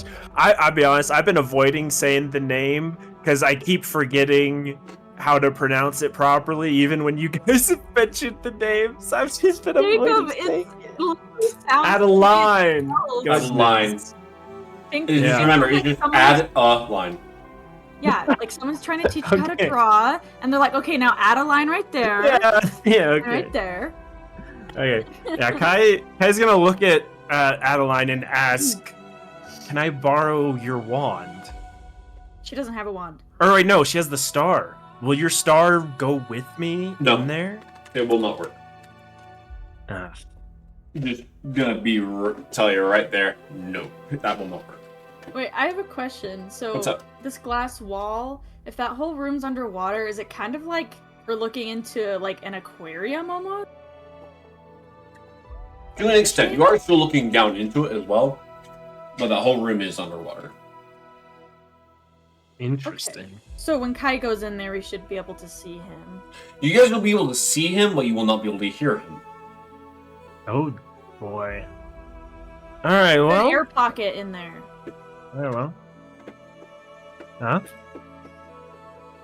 Is there an air pocket? Yeah. No. Okay.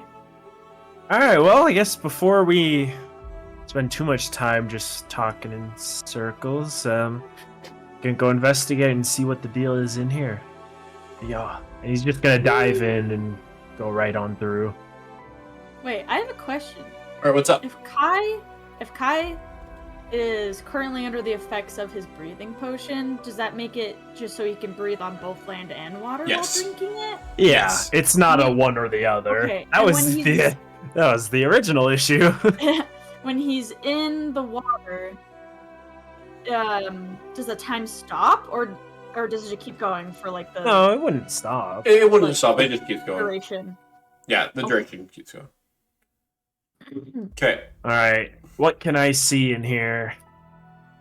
You move into here and you see the statues.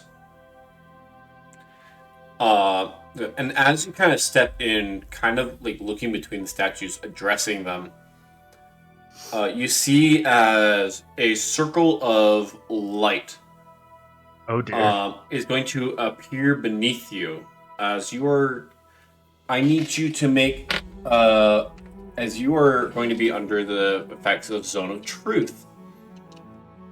Whoa, boy. Uh-oh. You may choose to fail if you wish.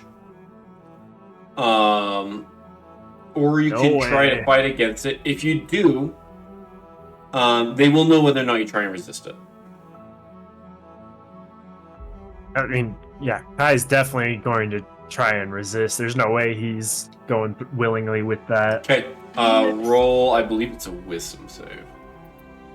Let me double check. Zone of Truth. Wait, what? Apparently it's a charisma save. Oh, my bad then. What in the world? I wouldn't have expected that either. I was... but charisma does still fall under guarded mind. Okay, so if I really want to, I can save it. Yeah. Yeah, I have guarded mind. Because it's from, looks like you gave me Mage Slayer. Oh, cool.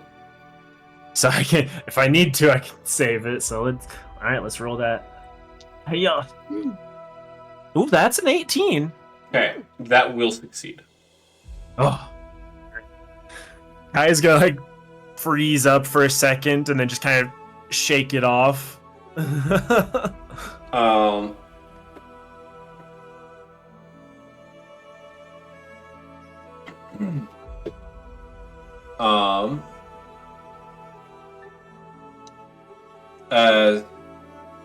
You're going to see as the stars on each statue kind of light up. Both of them blue. Kind of like a blue-white.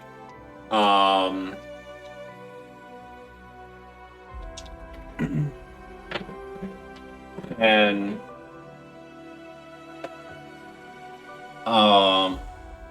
as you're just going to hear a voice speak to you in your mind, and keep in mind that anything you say here will not be heard by anyone else. Oh yeah. Oh, maybe I should have let the zone of truth apply. You can take it back if you want to. I mean, since I kind of forgot that no one else could hear it. I'll leave it up to you.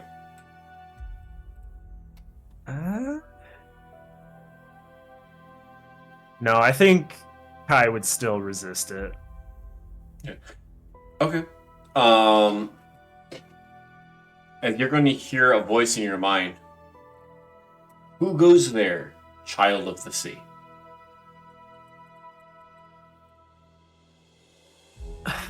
My name is Kai, prince of my tribe. I seek the crown that is hidden within the details of the Codex here.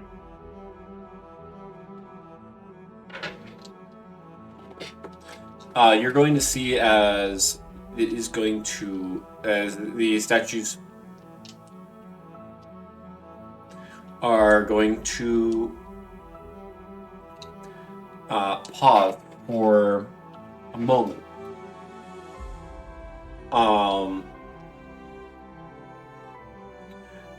And this is, what seek you of the crown of lies? Oh. Ada cannot hear you. Almost used to try to. I know, but or Adeline cannot hear you unless she's doing something to try to. How good is her lip reading? But he's facing the other way. I'm just trying to think what did he even say in this situation? Should he tell the truth or should he lie?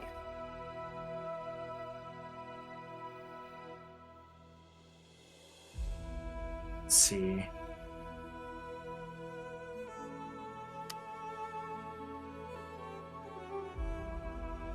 I think I know what I want to say. Okay.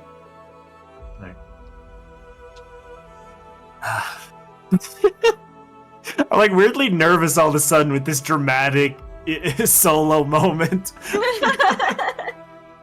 But I was saying, for the honor of my people, I need the powers of the crown in order to exact a revenge against those who have wronged us.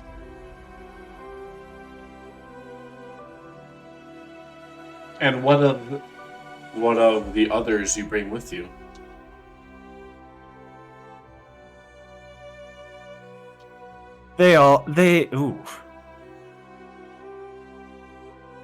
I do not know of their full intentions of seeking the Codex, but if they are also seeking the crown, then I will do what I must to make sure they do not get it.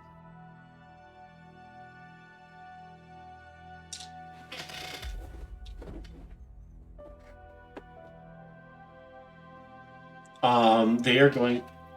I need you to roll a persuasion check. Oh boy. All right. Oh wait, where is it? It's supposed to be on there. And if you had failed the save, or if you chosen to fail the save, you may potentially got advantage, but you will not get advantage here. I basically did say the truth regardless. Yeah, but you failed to save, and they know you. They know that. Dang. All right. Well, I would still like to. I can guidance myself though. I can speak underwater. Yes, you can. All right. Persuasion roll. Let's go. That's not good. What is my guidance bonus? That's a +4. That's very helpful. So that brings the persuasion up to a 15.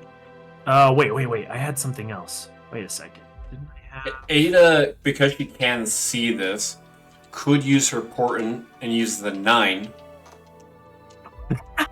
That would actually be quite helpful here, because wait, what did I rolled a 3, so that would give me 6 more. Ada, help me out here, please. Okay, so Adeline is like, oh, he seems very troubled, and this is really important, so I'm gonna give him my important. Boop. Yes, that would bump it up to a 21 then. You see out of the corner of your eyes with Ada's eyes flash for a brief second. Suddenly, I don't know, maybe this is like a slight amount of intimidation added to it. No, Kai just feels like almost a little wave of reassurance and steadies himself a bit. I don't know if he would realize where it came from, though. Alright, so yeah, 21.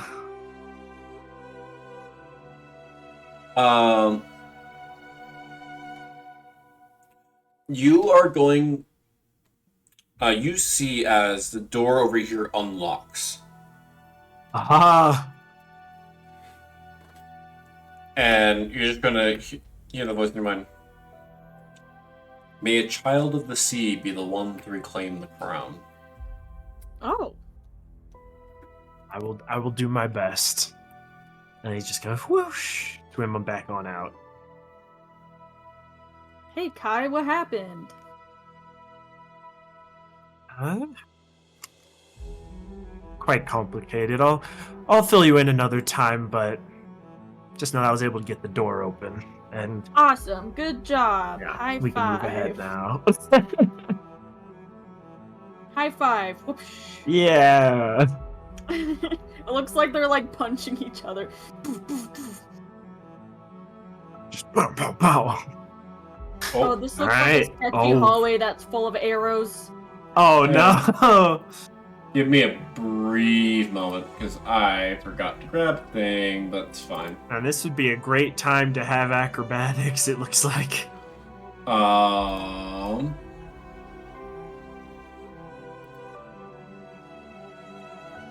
There it is.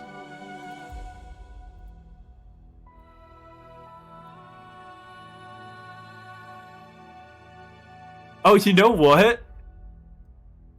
Wait. Let me try something here. Okay, actually, I didn't need to use Ada's bonus. Master of Water, I have advantage in all checks and throws and everything when I'm in water. Oh my goodness. I had advantage on that persuasion anyways. Okay. I forgot that's that species trait because I never actually get the chance to use that in the other campaign. Oh yeah, because you're never in the water. Yeah, and I'm never really in Merling form. Nope. Okay, you guys head into this room. As you guys Oh see dear. a large statue blocking the entrance at the end. Uh-oh. This would be interesting.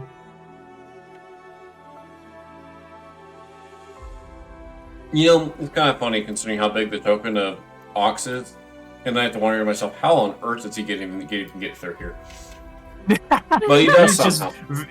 He's squeezing through the doorways. He's having to like walk sideways and like tiptoe little tiny steps. Interesting. But you see as this statue at the stands at the end, and it appears like the statue is unarmed. Yeah.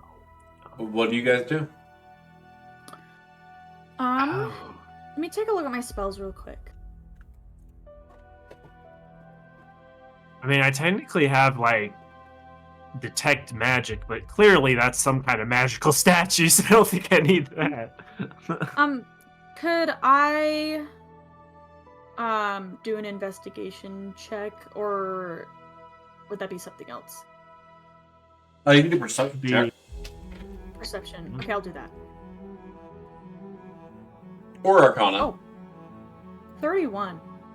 Wow. Holy! Jeez. Yeah, that was... you have a lot of perception, and that was a high roll. My goodness. Okay. You are a bit more knowledgeable of Arcana. Not enough to be proficient, but you're knowledgeable enough. This is the magical statue. And it's almost a bit too late as you see Ox step towards it. And you see as it lights up. As I need you guys to roll for initiative. Of course. No! What? Did you roll a nat 1 on your initiative? Yeah. Oh no. Oh, that's music! brutal. Alright, let's see, Why? He has no okay. strategy, he's just attack. I got 18. I got 18. That's much better. Alright. So Kai, you got an 18.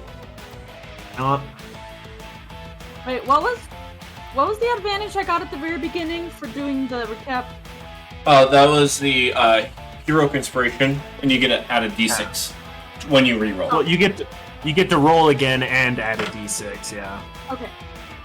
If you want to do that. If you want to use that, you can. Initiative's not... There's enough people here. You guys' action economy is well in your favor. Yeah, I don't think you really need to I'll be worry. Okay, what's your initiative, Aiden? I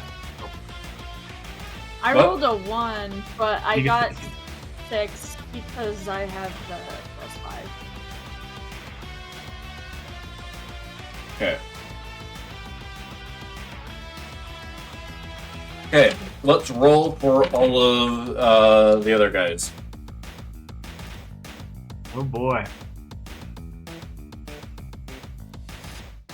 Fun. Okay, let's roll for Ox. Ox Come on, going, Ox. You Ox is caused gonna get an this. 8. Oh, Ox. Buddy.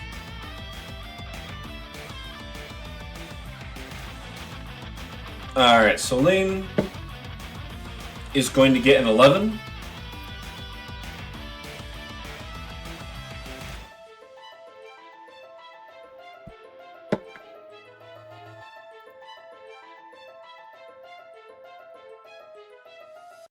V is going to get also get an 11.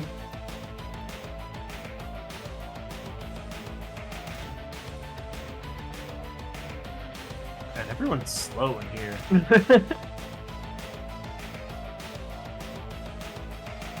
And Lucky Holy crap, he's rolling low. In fact, he's actually going to use a luck point and give himself advantage. Oh, no. Wow, lucky. Okay, Lucky. that's going to be better. He's going to get a 21. I see.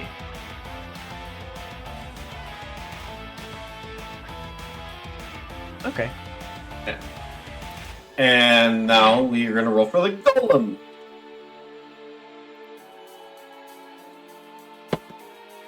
And it got a 2. That's impressive. I got a 2? It got a natural 2, which is a 5. Oh, Ada, you barely beat it. Yeah! Wow. We all get to go. That's awesome. Okay.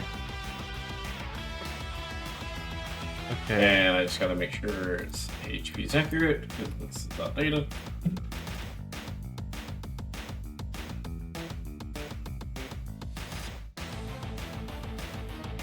Since we all got an initiative higher than the golem, could I actually go first? Because I want to do something to help the rest of the party.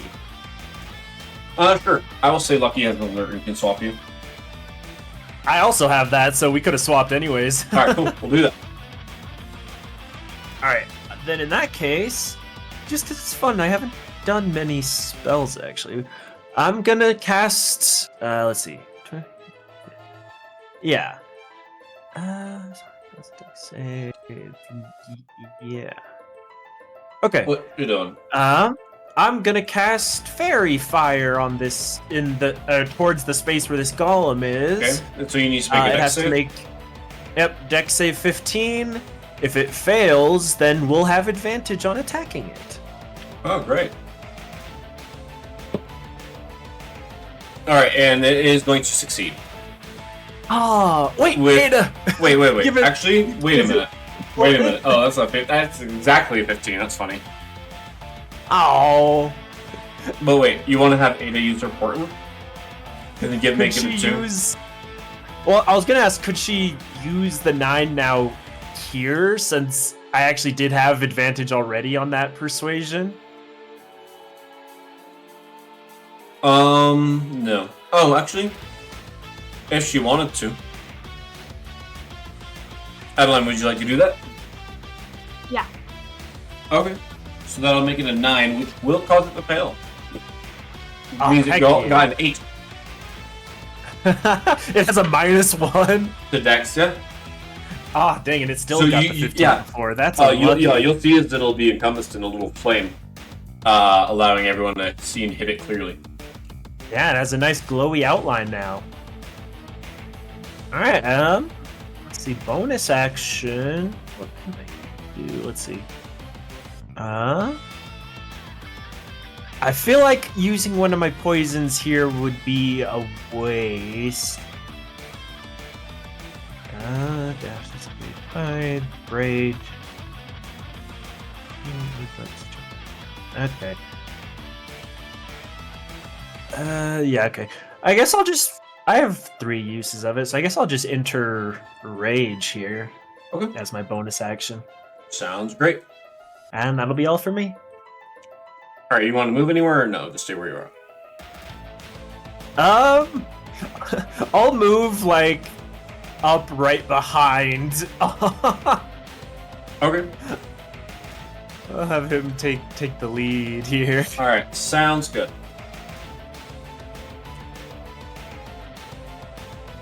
Lucky's going to use his own thing to swap his initiative with Ox. Nice. I'm going to send Ox in first. And Ox is just going to charge in. Oh. 1, 2, 3, 2, 3, 4, 5, 6. How much movement does he have?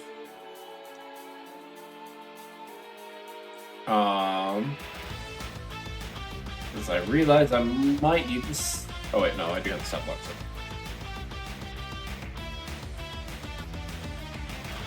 Oh, he does not have the movement.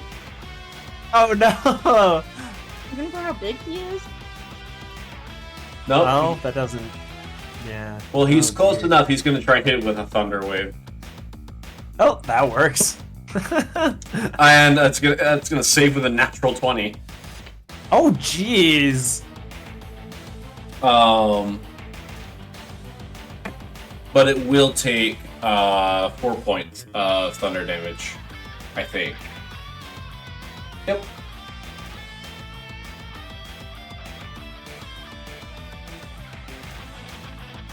Well, it's something at least. Okay. And then Slane's going to they're going to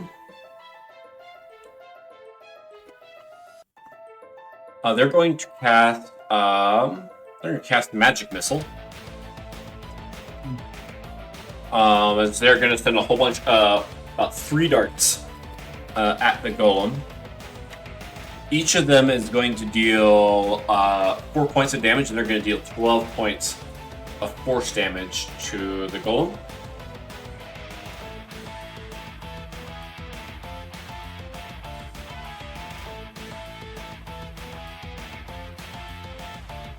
It keeps moving out. Alright. Okay. And then let's jump to... actually, we'll jump to V.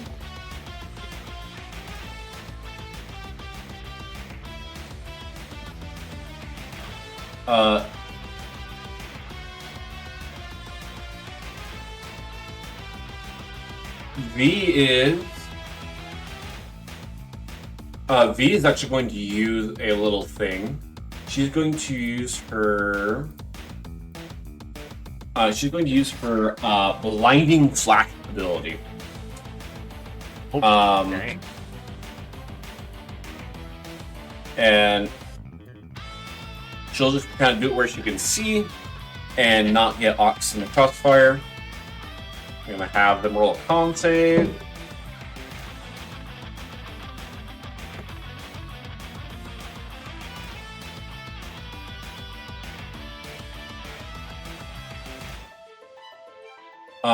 And they're actually, I think they're gonna fail.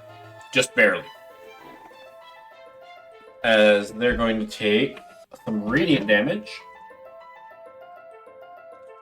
And they are going to be blinded. And this poor golem. As it's going to take 10 points of radiant damage.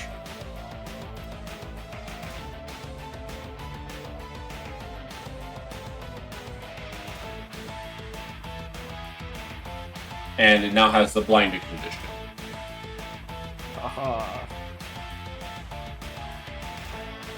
Now it would be Ark's turn, but Lucky is now going to go. As he's going to kind of fly up and around. He's going to use the bonus action to aim and give himself advantage. Well, he already has advantage because of the fairy fire. Oh, that's right. He doesn't even need to. He's going to make 2 shots with his longbow.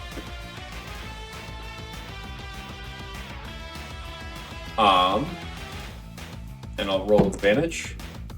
And unfortunately, that one's actually going to miss.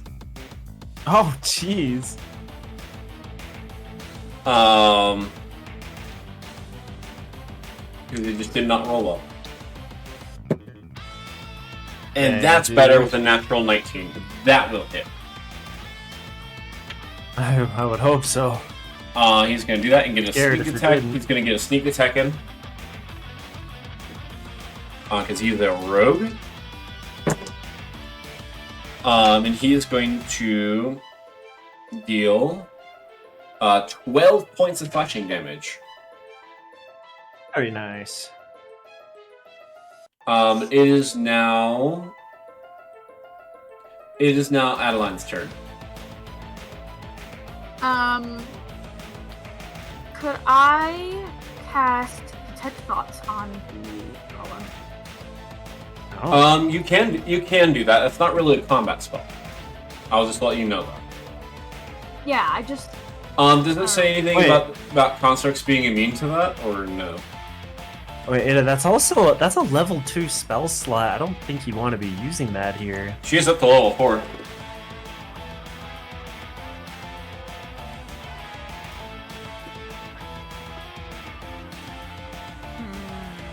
I guess, what are you trying to gain from detecting thoughts on it? I don't know. I was trying to investigate at first because I didn't even know if we were supposed to fight this thing. What if it was We're in combat. puzzle? No, we're in combat, Ada. But what if we weren't supposed to fight it in the first place? Well, then he wouldn't have started a combat. he initiated the combat as the DM. I started the combat. You get supposed to fight it. Okay, fine. Pull back the veil. Yes, I intended for you guys to fight this thing. We must smack this thing around. Okay. Do we... Wait, let's see. So... Do physical attacks work on this guy? Seems so. Yes. You're able to get that sent from the other attacks so far. Right. Okay, I'm gonna use my longbow. Okay, sounds great. Get him. Okay, 17. 17 is just barely going to miss. No! Oh. That's unfortunate. Yeah, it's 8. His AC is 18. Dang it. Wait, let's see. Ah. Well, too bad. Are you gonna do your second attack? Also, wait, did you roll advantage? Did I roll advantage? Oh yeah, because you have advantage. Because of the fairy fly. Just roll again. Wait. Just roll the attack again. Yeah, because advantage you roll, basically it's 2 dice. Roll twice, yeah. Oh, okay. Okay, I got a 23. Oh, wow, there That you go. will hit. Alright. And... Piercing damage 9. 9 piercing damage? Awesome. Yeah. It'll take that. Nice. Alright, then you do still have your second attack. You have your second attack. That was... Yeah. Oh, also, I just remembered. You can add... Apparently you get to add 1d4 to the damage thing once per round. Apparently, I was looking at your thing. I believe it's... Oh yeah, cool. Attack. Yeah, dreadful strikes. You can augment your weapons with mind scarring effects, and you can deal psychic damage. Ooh. I will add a d4. Alright.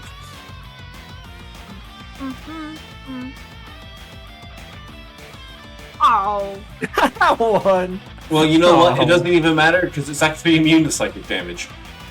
Well, there's the one right there. Whatever. Alright, but second attack. Go for it. Let's see. If you right click your to hit thing, you can set it to advantage to roll twice for you. Oh, okay. I'm gonna use chromatic orb. Oh, you can't replace. Okay, so you can't replace a attack with a spell. Oh, okay. So yeah, you have to attack twice because chromatic orb is an action. Oh, all right. I'll just do the longbow again. Yeah. And I'm adding advantage to that. Ooh. 25. Hit. 25. wow, nice. And... That'll hit. Oh. I rolled a 1. You got a oh man. The damage is 6. 6. Also, I just remembered because you have the longbow. What you can actually decrease its speed by 10 feet because that's your weapon mastery. forgot to mention that. Oh yeah, so you'll slow him down. Cool. Oh. Yeah, it's nice. Alright, so 6. Okay. You do still have your bonus action. Yeah, you have a bonus action. Oh, Hunter's Mark. Oh yeah, you can do You that. can add. Forgetting about that. I will let you add it to both of those attacks. You're gonna do that for free. So just 2d6. Okay. Let's... And you'll just want to make sure you use one of your points of Hunter's Mark. Okay. The first one is 3. The second one is 4. Okay, so 7. Awesome. 7.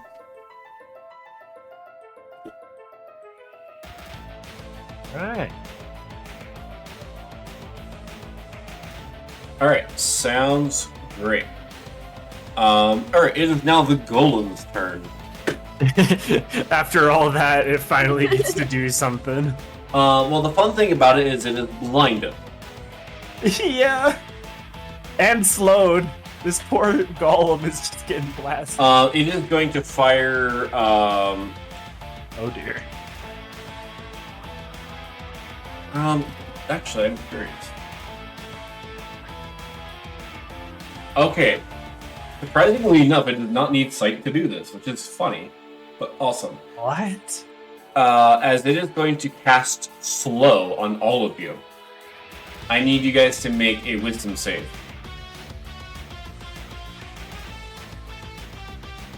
Oh man. 14. Wisdom. Let's see. And the DC is...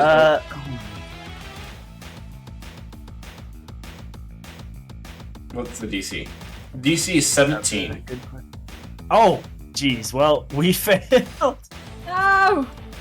We're slow. Okay, I'll explain what it does in a moment.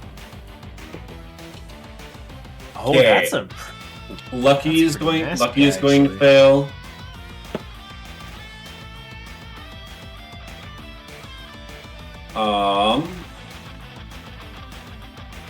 Ox is going to fail.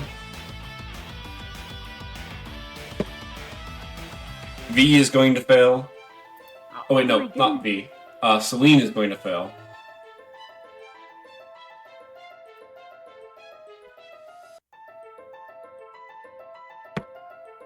Oh my gosh! Yeah, But I'm looking at V that. That's a is- nasty spell. V is going to succeed.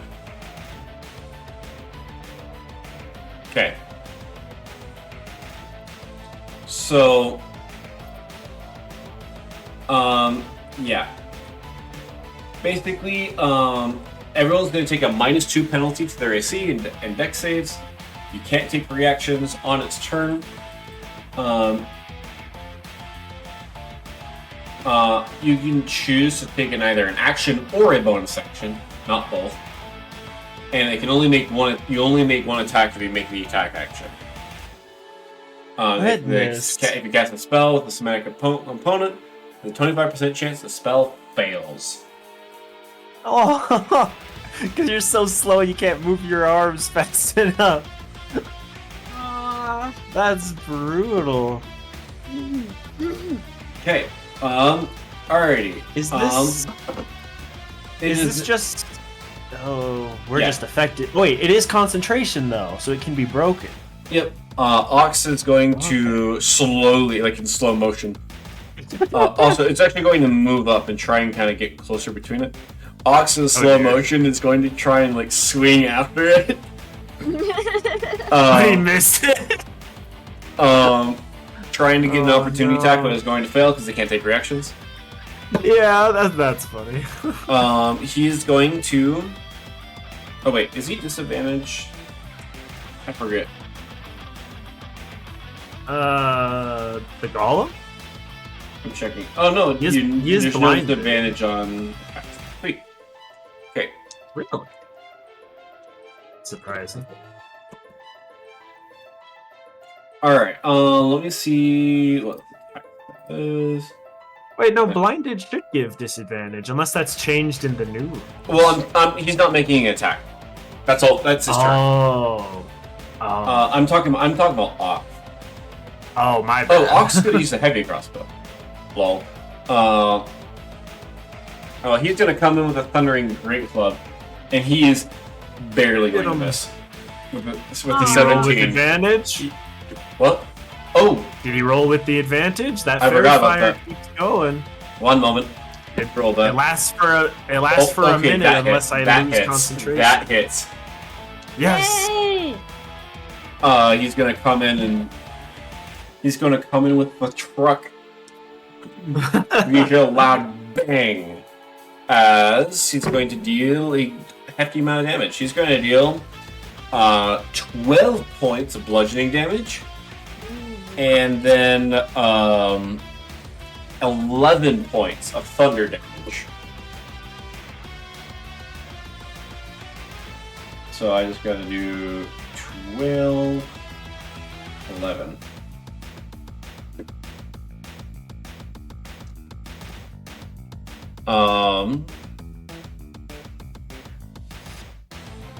Okay, Kai, it's your turn.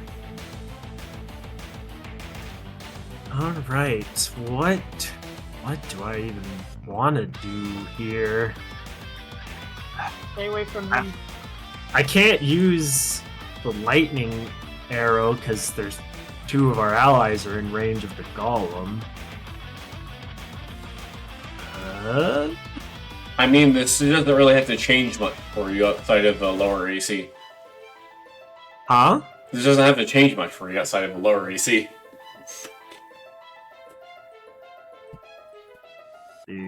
Because you only can attack once anyway. Oh, yeah.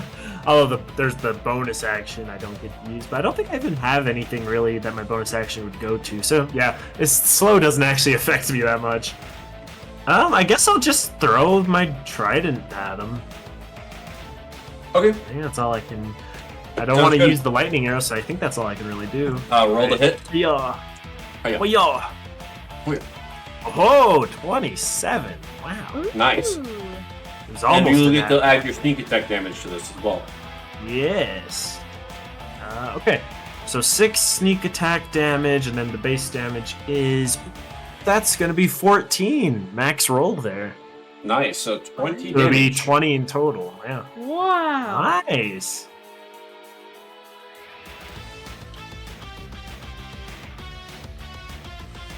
Okay. Alright. Sounds good. Celine is now going to go.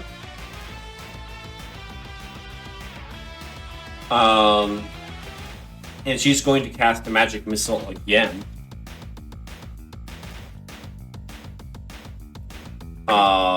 And she's going to deal a grand total of 6 points of damage. Nice.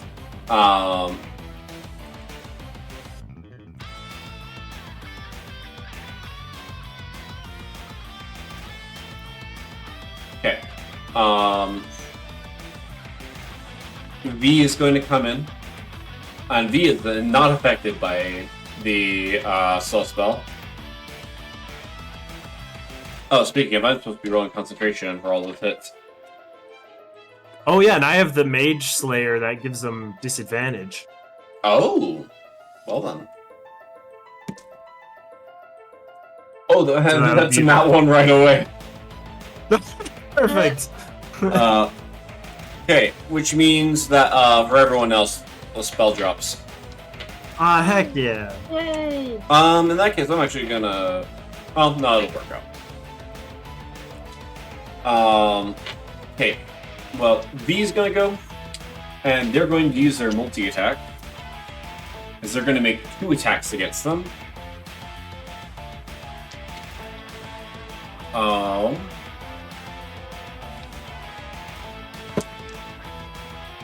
And that is going to miss, unfortunately.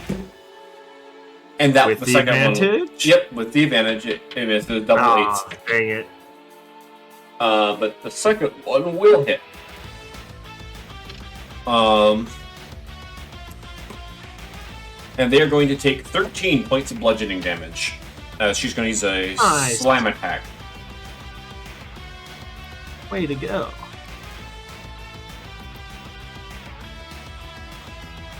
And as this happens, you're going to see as the stone golem is going to kind of start to show some signs of damage.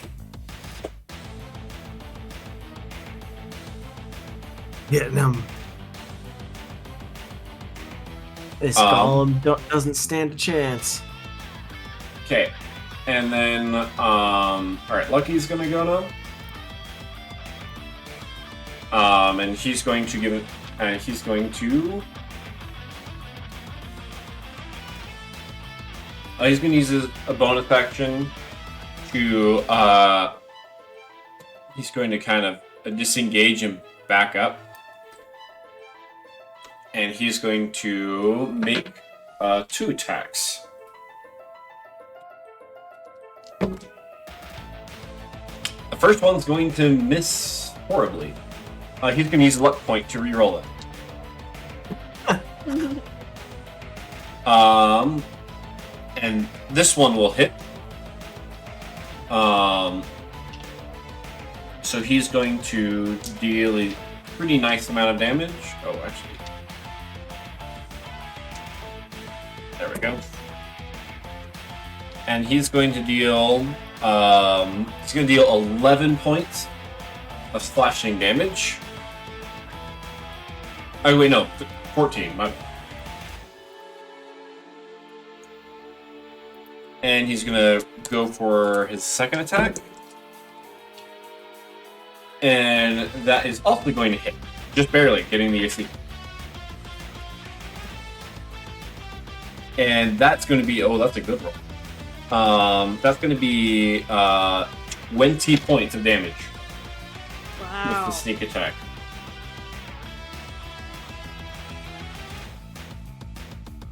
And Ada, it is now your turn again. All right.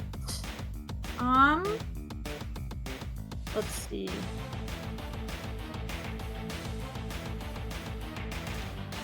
Okay, I think first, can I move like to over here?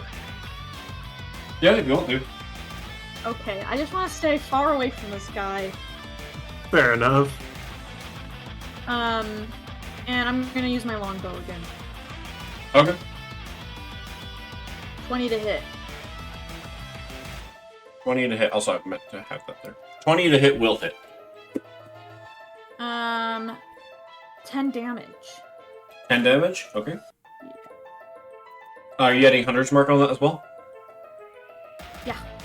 Okay. Okay. Well, so did you roll the 100 mark damage? I'm about to. Oh, okay. Yeah, it's just a d6. Got a 2. Got a 2? Awesome.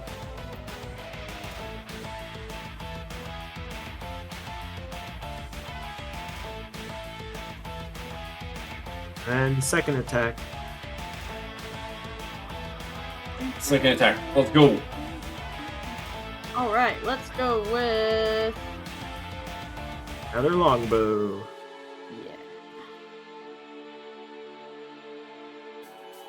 Okay, 23 to hit. 23. Wow. Okay, yeah, that'll hit. 10 damage. 10 again? Nice. Nice. And the Hunter's Mark... 1. 1. Okay. Okay. I think your hunter's marks have been like 1, 2, 1. Yeah. Okay. The stone golem is going to make 2 attacks, one against V and one against Ox. Okay. The one against Ox is going to miss, and the one against V, V is actually going to use her ability Panic Teleport and teleport over here. It does also still have the disadvantage if it's still blinded. Oh, right. Well, the way it works out. Okay.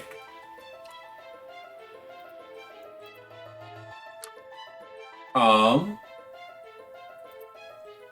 it is back up to Ox,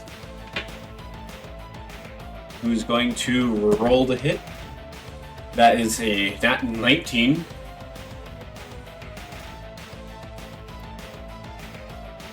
So he's just gonna come in like a wrecking ball.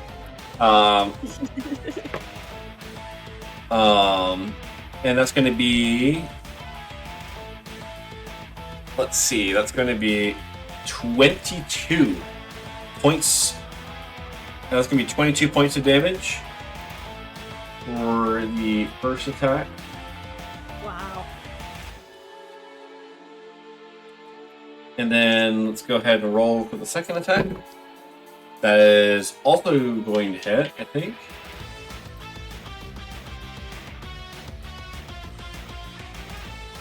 Yes, that is just barely going to hit. And that's going to deal a pretty good amount of damage. Let's see. 16 points of damage? Wait, no. 19. Alright. It's hanging on with a shred of itself. Yeah, come on. Let's go. Guy, it is your turn.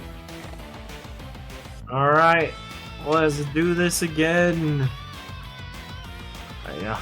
Trident throw. Ooh, 27 to hit. Wow. How do you want to do this? Yup. It has 1 hit point. Oh, it has 1 hit point. Yep. How you gonna do this, Kai? Gosh. How you gonna do it? Okay. I think I just throw the trident, and it like goes right through like the center of its head, like through its eyes, through its nose, and just the head goes, it crumbles off. Oh! Nice.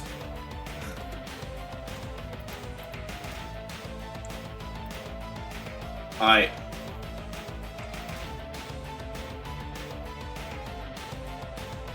It is dead. Guys. It is dead. Thank goodness we have people to help us here. Yeah, it's really nice having help.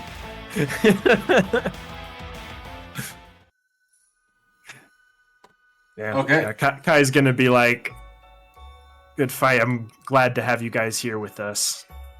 Just acknowledging Kai. acknowledging their strength there and how much they helped in the fight. Okay. He never thanks Adeline. Jeez. What? Oh, come on. It's Like, assumed wow, because they're Adeline, already. great job.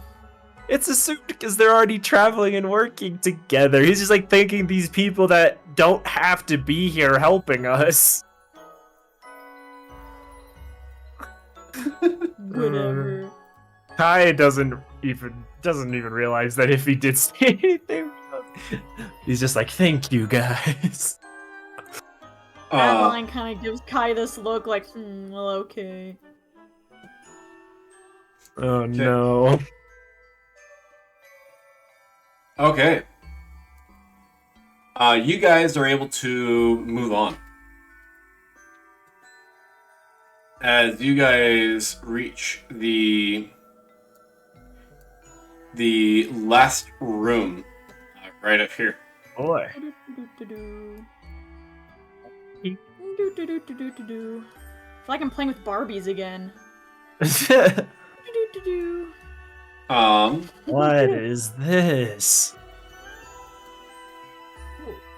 But you see as there are 2 pits along the side with a narrow bridge that crosses it. Oh. But up the stairs, just a little ways, you see that upon like a kind of like a stone lectern of sorts, you see that there is a book. You guys also see that there is a few other, like a small, like hoarder's treasure. Ooh. Interesting. Looks like she'll be getting her treasure after all. See, I don't have to give my trident up. Yeah. What would you guys like to do? Investigate. A Wait. perception check. Yeah, I was Okay. gonna suggest Lucky go across first since he has wings to scout it out. If something happens, he won't fall into the pit. Should we do that first or perception check first? Well, I was just saying what I would recommend for. Like, that's what I'm just saying to him. Lucky can fly over.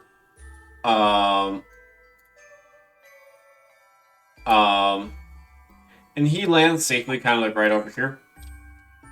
He's I looking kind of around. wanted him to walk. I kind of wanted him to walk the path to see if there were any traps, since he can Yeah, fly if so he's that in if he- danger. Yeah, so that if it breaks, he doesn't die because he can fly. Yeah, he's the bait. That was the intent, at least. I don't know if he's on board with that or not. He's just like, everything seems fine. He looks at the bridge from a different angle as well. He's like, bridge looks sturdy enough. I still want to do a perception check. I don't trust this bridge. Okay, sounds good. Do a perception check. All right. 28. 20. You don't detect any traps. At least in regards to the bridge. So. Okay. Okay, I'll cross the bridge. Okay. We'll just leave Ox to cross last. Yeah. Yeah, V teleports over.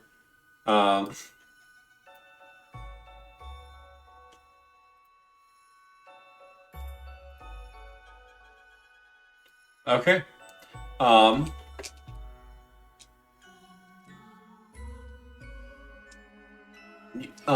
You guys see that it seems like everything is just up the stairs. With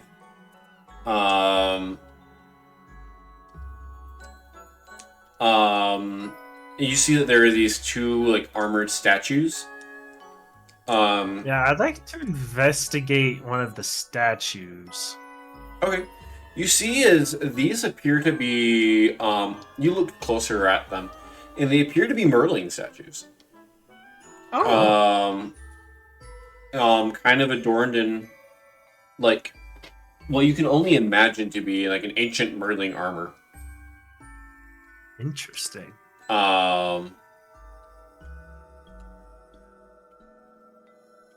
But you're able to look around and you kind of mess with them, checking, making sure they aren't constructs, and nothing seems to happen.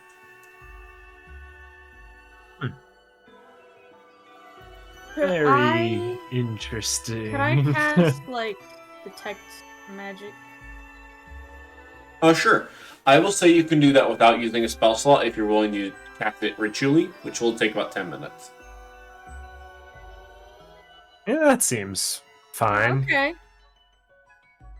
And cast. Alright. Up to 10 It'll probably still use a spell slot. You can just click on it to remove it. Or you can just be like, no, I'm going to cast it now. I'll wait 10 minutes. Okay. You move around and you do detect some magic. But it doesn't seem to be any sort of trap. It actually seems to be emanating strongly from the book itself, and actually some of the walls up there. Okay. After Adeline investigates, Kai is going to take the initiative and just kind of hop up there to grab the book.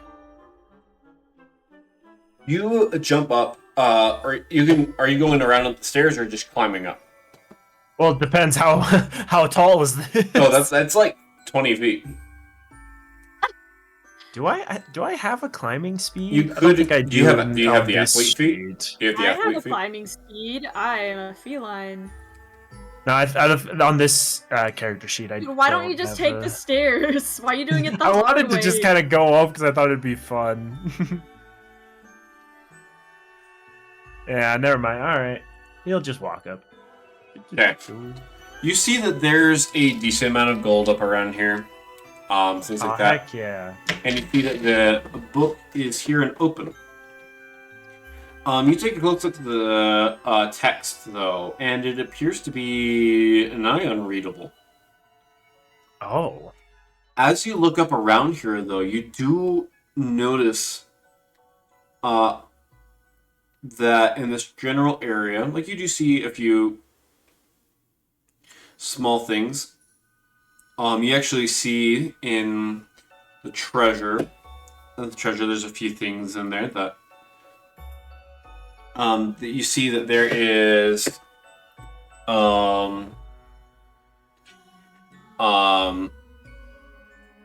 there's a few items in there. I will get to that in a moment, though. You guys see that the walls in this general area are highly reflective, kind of like a mirror.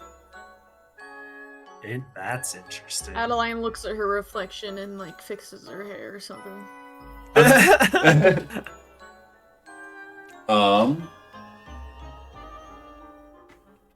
If you want to, you can close the book and take it with you. Though that might cause problems for everyone else. Hi, what's in the book? I can't understand it. Lucky, do you know what language this is? I Lucky motion to him for him to come take a look as well. Can I come look? If she wants to.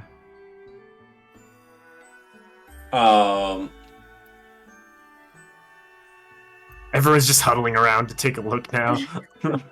You just have Ox and V just chilling down there. Yeah. As you just see V handing Ox like a little flower, like a little poppy. Aww.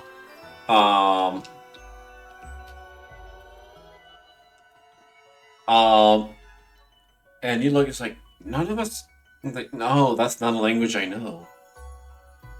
And he's gonna turn to Celine, like, do you know any, like, languages or anything that might be helpful? And does she have covered languages? No, she does not.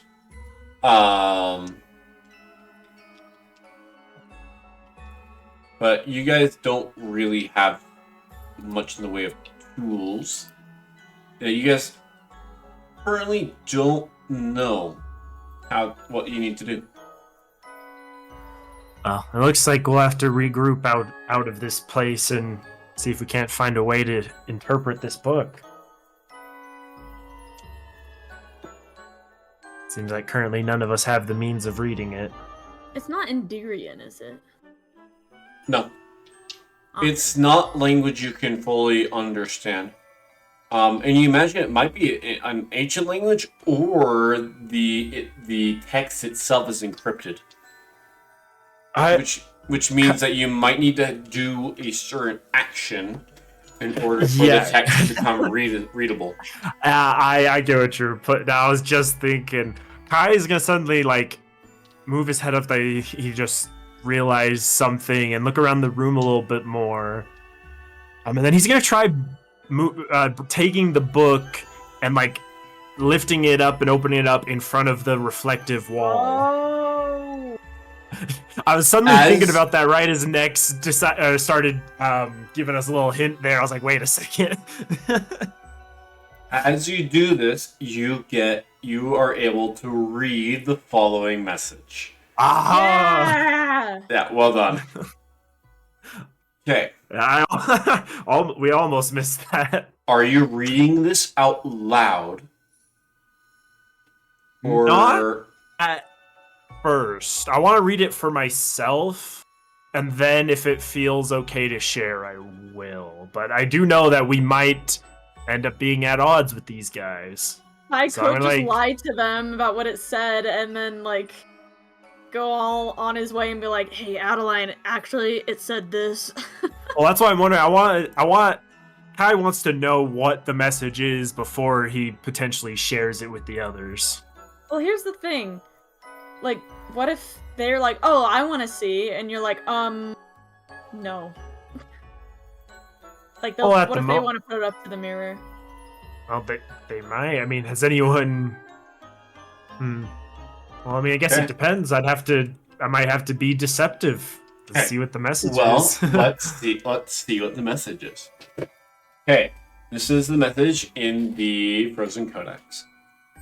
In the depths where light does drown, beneath the waves a sunken crown, a throne awaits with breath held fast, but only truth can make it last. 3 keys to break the liar's chain.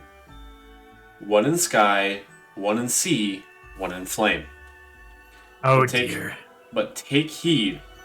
When desire burns bright, when the heart must fall to bring the light. Oh gosh. Okay.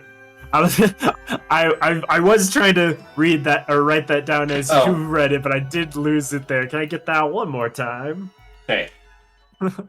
In depths where light does drown, beneath the waves a sunken crown, a throne awaits with breath held fast, but only truth can make it last. 3 keys to break the liar's chain. 1 in sky, 1 in sea, 1 in flame. But take heed. When desire burns bright, when heart must fall to bring the light.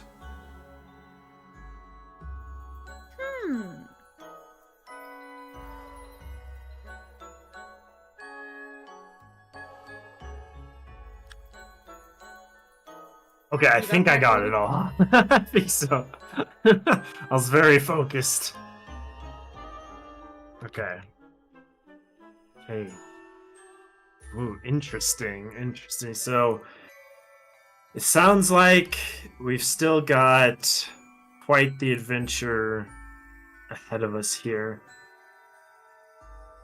Kai's gonna think on it for a moment, and then, considering how much work it sounds like there is still to be done before they're going to get near the crown, he is going to share at least the latter portion, or like the middle portion about the 3 keys. He's going to at least share that with the rest of the group. Let them know that looks like this journey is still far from over.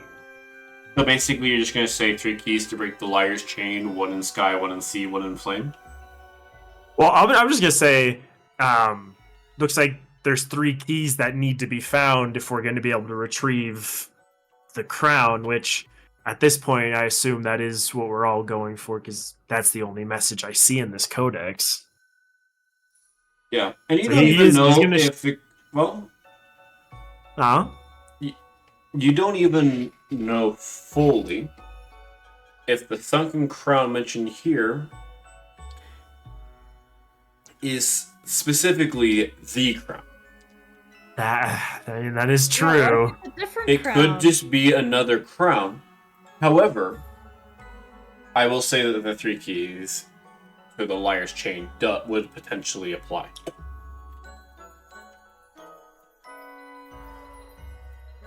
So yeah, he's not going to recite the whole message. He has it memorized, kind of, or written, tracked down in some way for himself. But he's gonna mention. Looks like there's some keys that need to be acquired to get to the next part of this little adventure. Is here. He gonna show anything to Adeline? Don't forget their partners. He'll tell her later once the groups have split up. He'll share the whole thing with her but he's just saying, like, if they're not gonna push about it, he's only gonna share what he needs to with these other guys. Okay.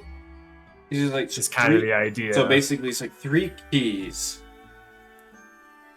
And then you say, like, 1 in the sky, 1 in the sea, 1 in flame. So is he just memorizing it? He doesn't need to, like, write it down? Well, I mean, I technically have it written down. Just Kai is in some way recording it. Either memory or otherwise. On his arm. I don't know.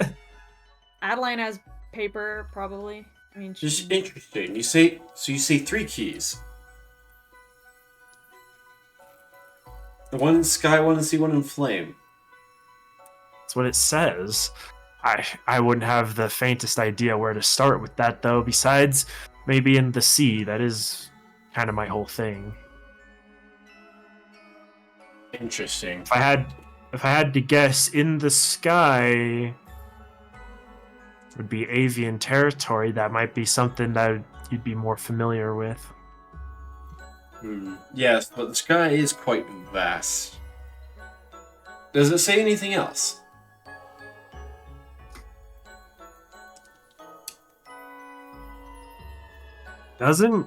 It doesn't give any more details about these keys as far as I can tell, at least not where they're located. Sky, sea, and flame is the only description or hint given about where to find the keys. Okay. Now that technically wasn't a lie. Yeah? No? Roll persuasion or deception, whichever you prefer. I guess I will just still do deception because I have a better bonus in that. So, all right, let's see how this goes. Oh, not bad. That's 25.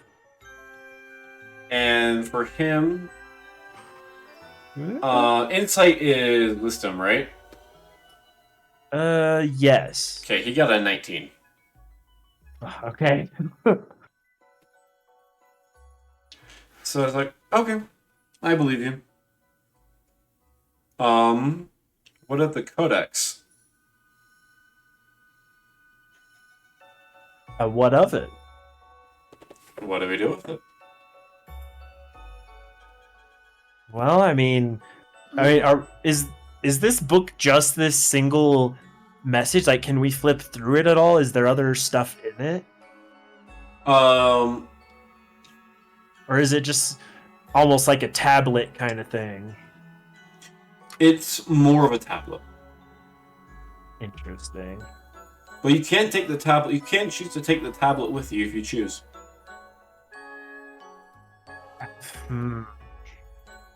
I don't know. What if it's like an Indiana Jones thing where as soon as it leaves the room, the whole place crumbles? Well... Kai will look at Lucky and just tell him it doesn't seem like there's any more value to this tablet outside of this message or outside of this room, as it can't be interpreted in any meaningful way. If your team wants to take it, part of your share of the loot, maybe your client is interested in just having the tablet as the magical artifact it is. As long as we get a bigger share of the rest of the treasure that's here, I think we'd be fine with that. Alright, well, I can work with that. But first, how about we go ahead and take care of all of this? Who's going to gesture to the other horde? Yeah. If you guys are... roll a persuasion check to see about dividing it. I mean, before, wasn't the agreement like 60-40? Yeah, so you guys would get 40. But then I'm also trying to say, like, hey, if we give you the tablet, that'll be a bigger chunk of your 60. We want more of this other stuff. But, yeah, roll a persuasion check. That's the idea. Too bad it's not Ada doing the persuading, because Adeline has double the persuasion bonus as me. Jeez. I mean, you could just ask her, like, hey, could you persuade them to, like... No. That's not quite how that works. He's the one taking the initiative here. Yeah. Let's see. It's not like, hey, ask Mom. That's a nat 20, though. It's for 28. Pretty good. I don't need a bigger bonus.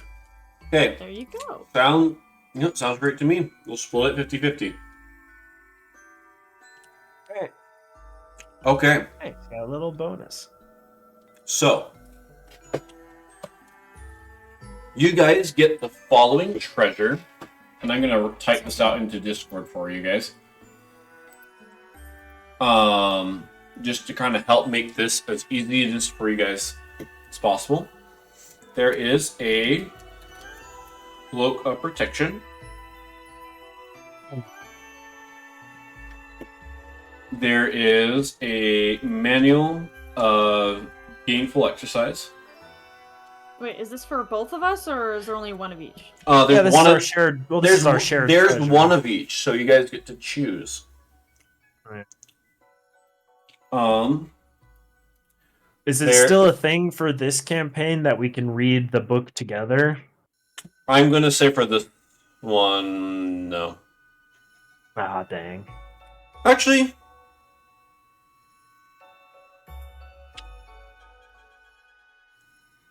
sure. He's thinking. I'll be nice. I'll be nice and I'll let you both gain the benefits.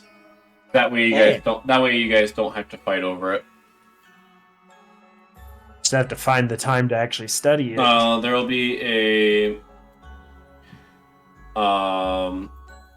whatever it's called, if I can find the name of it.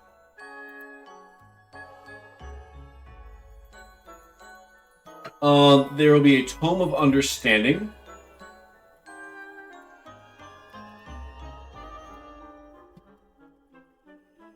What does that do? I'll show you guys in a moment. Okay.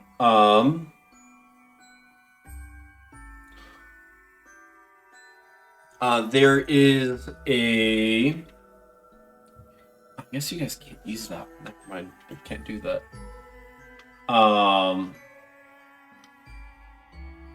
There is a Staff of Healing. Oh. Or like a healing staff. Or what's it called.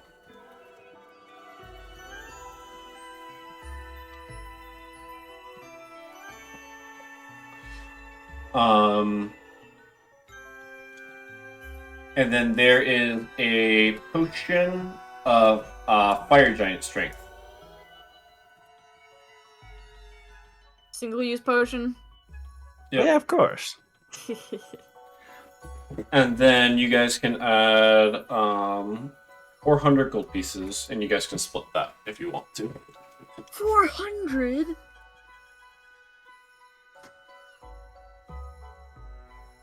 Okay,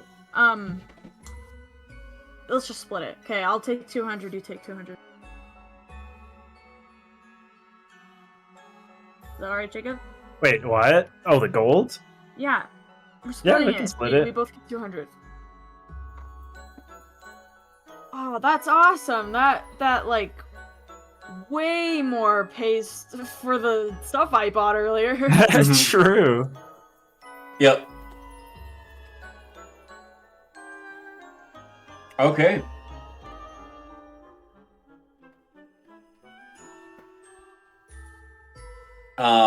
And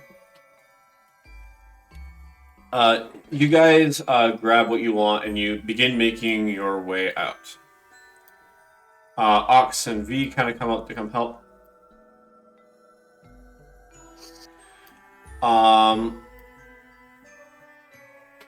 And you guys see that as Lucky grabs the book and begins to move it, that a glyph of warding that was on it is going to activate. Oh, wait. And they are all He's not a Merling. As they are all going to have to make a dex save against Fireball. Oh, no! Right, because Kai was the only one that was deemed worthy of the thing. Technically it was for the crown, but yeah, this. Oh no, it's guarded against other people. Oh, those are all hilariously bad rolls. Oh no! As all of them, are going to take around 30 points of damage. Oh my gosh! What do you guys do? Kai is gonna look back in shock and thinking quickly like he knows that they might end up at odds at some point, but he's not cruel or evil in that way. Like, he wants to stay on good terms in case they're still going to be helpful in the future and hopefully avoid situations like that. You're not helping them just out of the goodness of your heart. It's because you need them to like you. Well, they're not dying, so they're hurt. Well, yeah, exactly. He's gonna go over and use what spell slots he has left to cure some wounds. Me too, I guess. Okay. Huh? Wait, Okay. except for what? Alright, so no, it's just that you guys don't have a ton, but you guys are gonna use your spell slots to try and recover them? Oh, yeah, who looks like the two weakest? Probably Celine. Celine and then probably Lucky, actually. Okay, so Kai is gonna rush back over, and yeah, I'm gonna actually use. You guys okay? Yeah, I'm gonna use my spell slots I've left to cure wounds. What? Is it just cure wounds? Mine's just basic cure wounds, so it's touch. What's your AC? What? What do Oh, you wait, mean? Well, as soon as you go over to try and use cure wounds, Celine's actually going to smack you. Like, what? Heck yeah! Why? I went to help. I don't need your help. Oh gosh. Well, I didn't. By the way, I didn't actually like say that in character, but like, dang. Kai just like. Well, fine, and then. she's not gonna let you heal her. Adeline's like, what are you doing? Kai's just gonna be like, well, fine. You didn't He's have gonna to heal. slap him. Was it Vi? Was the other one? V. V. Yeah, he's gonna heal V instead. Then. Sounds good. If V will allow it. Yeah, V will allow it. The others are very welcoming with letting you kind of touch them up. All right, so that's 11 for V, and then for Lucky, and also the Codex is going to be another 11. Wow. And this is also going to destroy the Codex. Oh, jeez. All right, well, 11 healing for both V and Lucky. Rolled the same. Okay, sounds good. You're able to heal. You guys are able to heal both of them. You guys are able to heal them.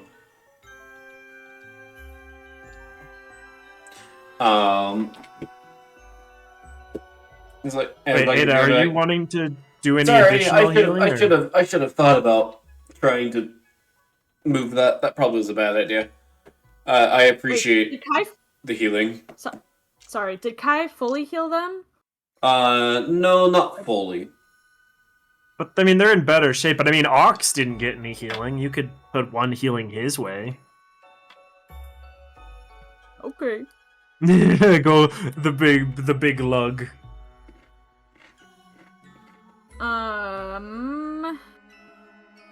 Cure wounds. Here we go. 13. I just see a thing on thing. Nice. Oh yes, cure wounds damage. Wait, why does yours say damage? What? Yeah, mine says heal, but yours says damage for some reason. It says healing 13. That is kind of funny. Yeah, it says cure wounds damage. What? You're secretly attacking him. I can't believe this. The betrayal. Oh man. This is actually really funny.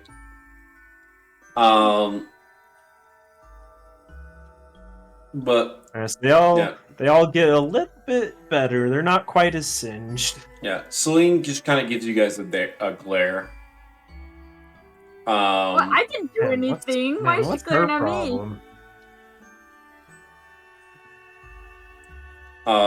But yeah, I heal Ox a little bit. I don't say anything because he's kind of scary, so I'm just like, here. But yeah, you guys are. Well, you do that, and then they're just like, all right. Like he's just gonna. All right. Well, we best be on our way. We need to go and report what we've found so far. Oh, thank you for your help. Yeah. Wait. From this point, what do you think should be done? I mean, what are you gonna be doing about the keys? I imagine we're gonna be running into each other again. Do we want to continue working together in some way, divide and conquer, or is it just if we happen to see each other again, we happen to see each other? I want to know what you're thinking here, Lucky. Well, it's like that is certainly something.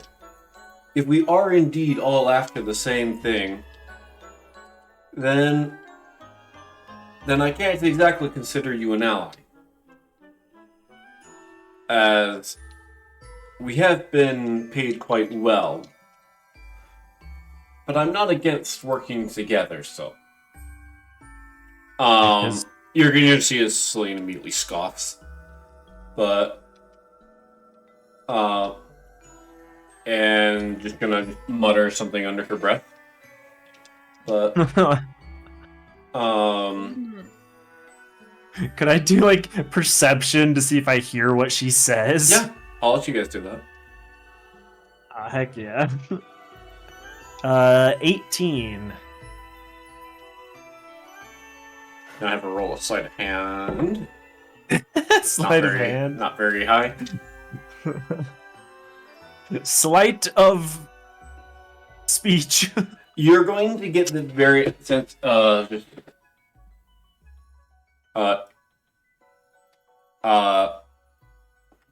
these two idiots aren't worthy of the crown. Ooh. She called me an idiot too? She doesn't even know me. What does she mean? And she's definitely giving off bad vibes here. But well, anyways, Kai's gonna shrug that off for now. But then I'll also say that you guys get the sense that she is kind of more someone who doesn't think you guys could even use it. Interesting. She feels like. Basically, she feels like you guys are just like novelists, just wanting to get it for the novelty of it. But for some reason, she definitely knows more in this situation than the other guys do. Okay, well, yeah, Kai's gonna put that to the side for now, but then going back to Lucky, to be direct, I don't think we can avoid working together, avoid running into each other. If there's 3 keys, it's either a race for each individual key, or if we split up targets, either way, someone's going to end up with 1 key, someone's going to end up with another. We'll have no choice but to come together in this. Or we'll have to fight for it. Don't say that! Okay, no, I said that, not Adeline. Don't worry. Yeah. Well, then we shall see. We must first report to our patron. And then we will go from there.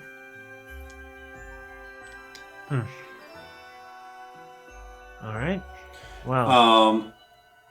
And she's going to turn to V. He's like, V. He's like, V, report. And V's going to nod and just... bloop, and just gone. What? Oh. It seems like V's their main way of communicating with their patron. They got a carrier pigeon Enderman. Yeah. Mm-hmm. That sounds so convenient. Alright, well. Well, anyways.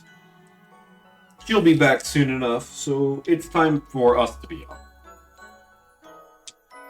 It was a pleasure doing business working with you here. Apologize Likewise. for the fireball in your face. There's something I should have considered given the nature of this place. Indeed. I guess a bit of more caution is best to be practiced anywhere. Alright, well. Until we cross paths again. Indeed, until we cross paths again.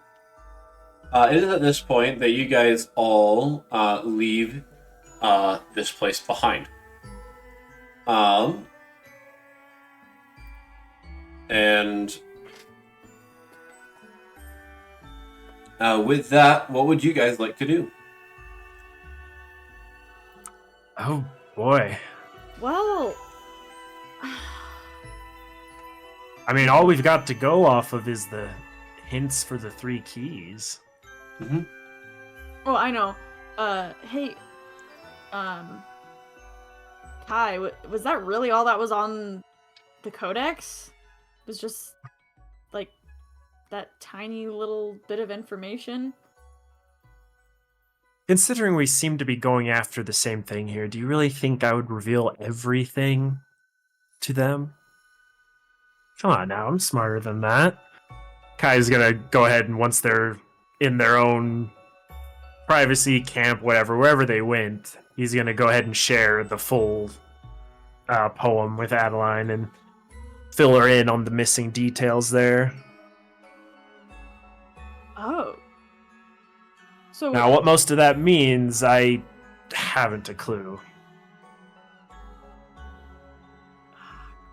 Here, Jacob, could you say it to me again? Yeah.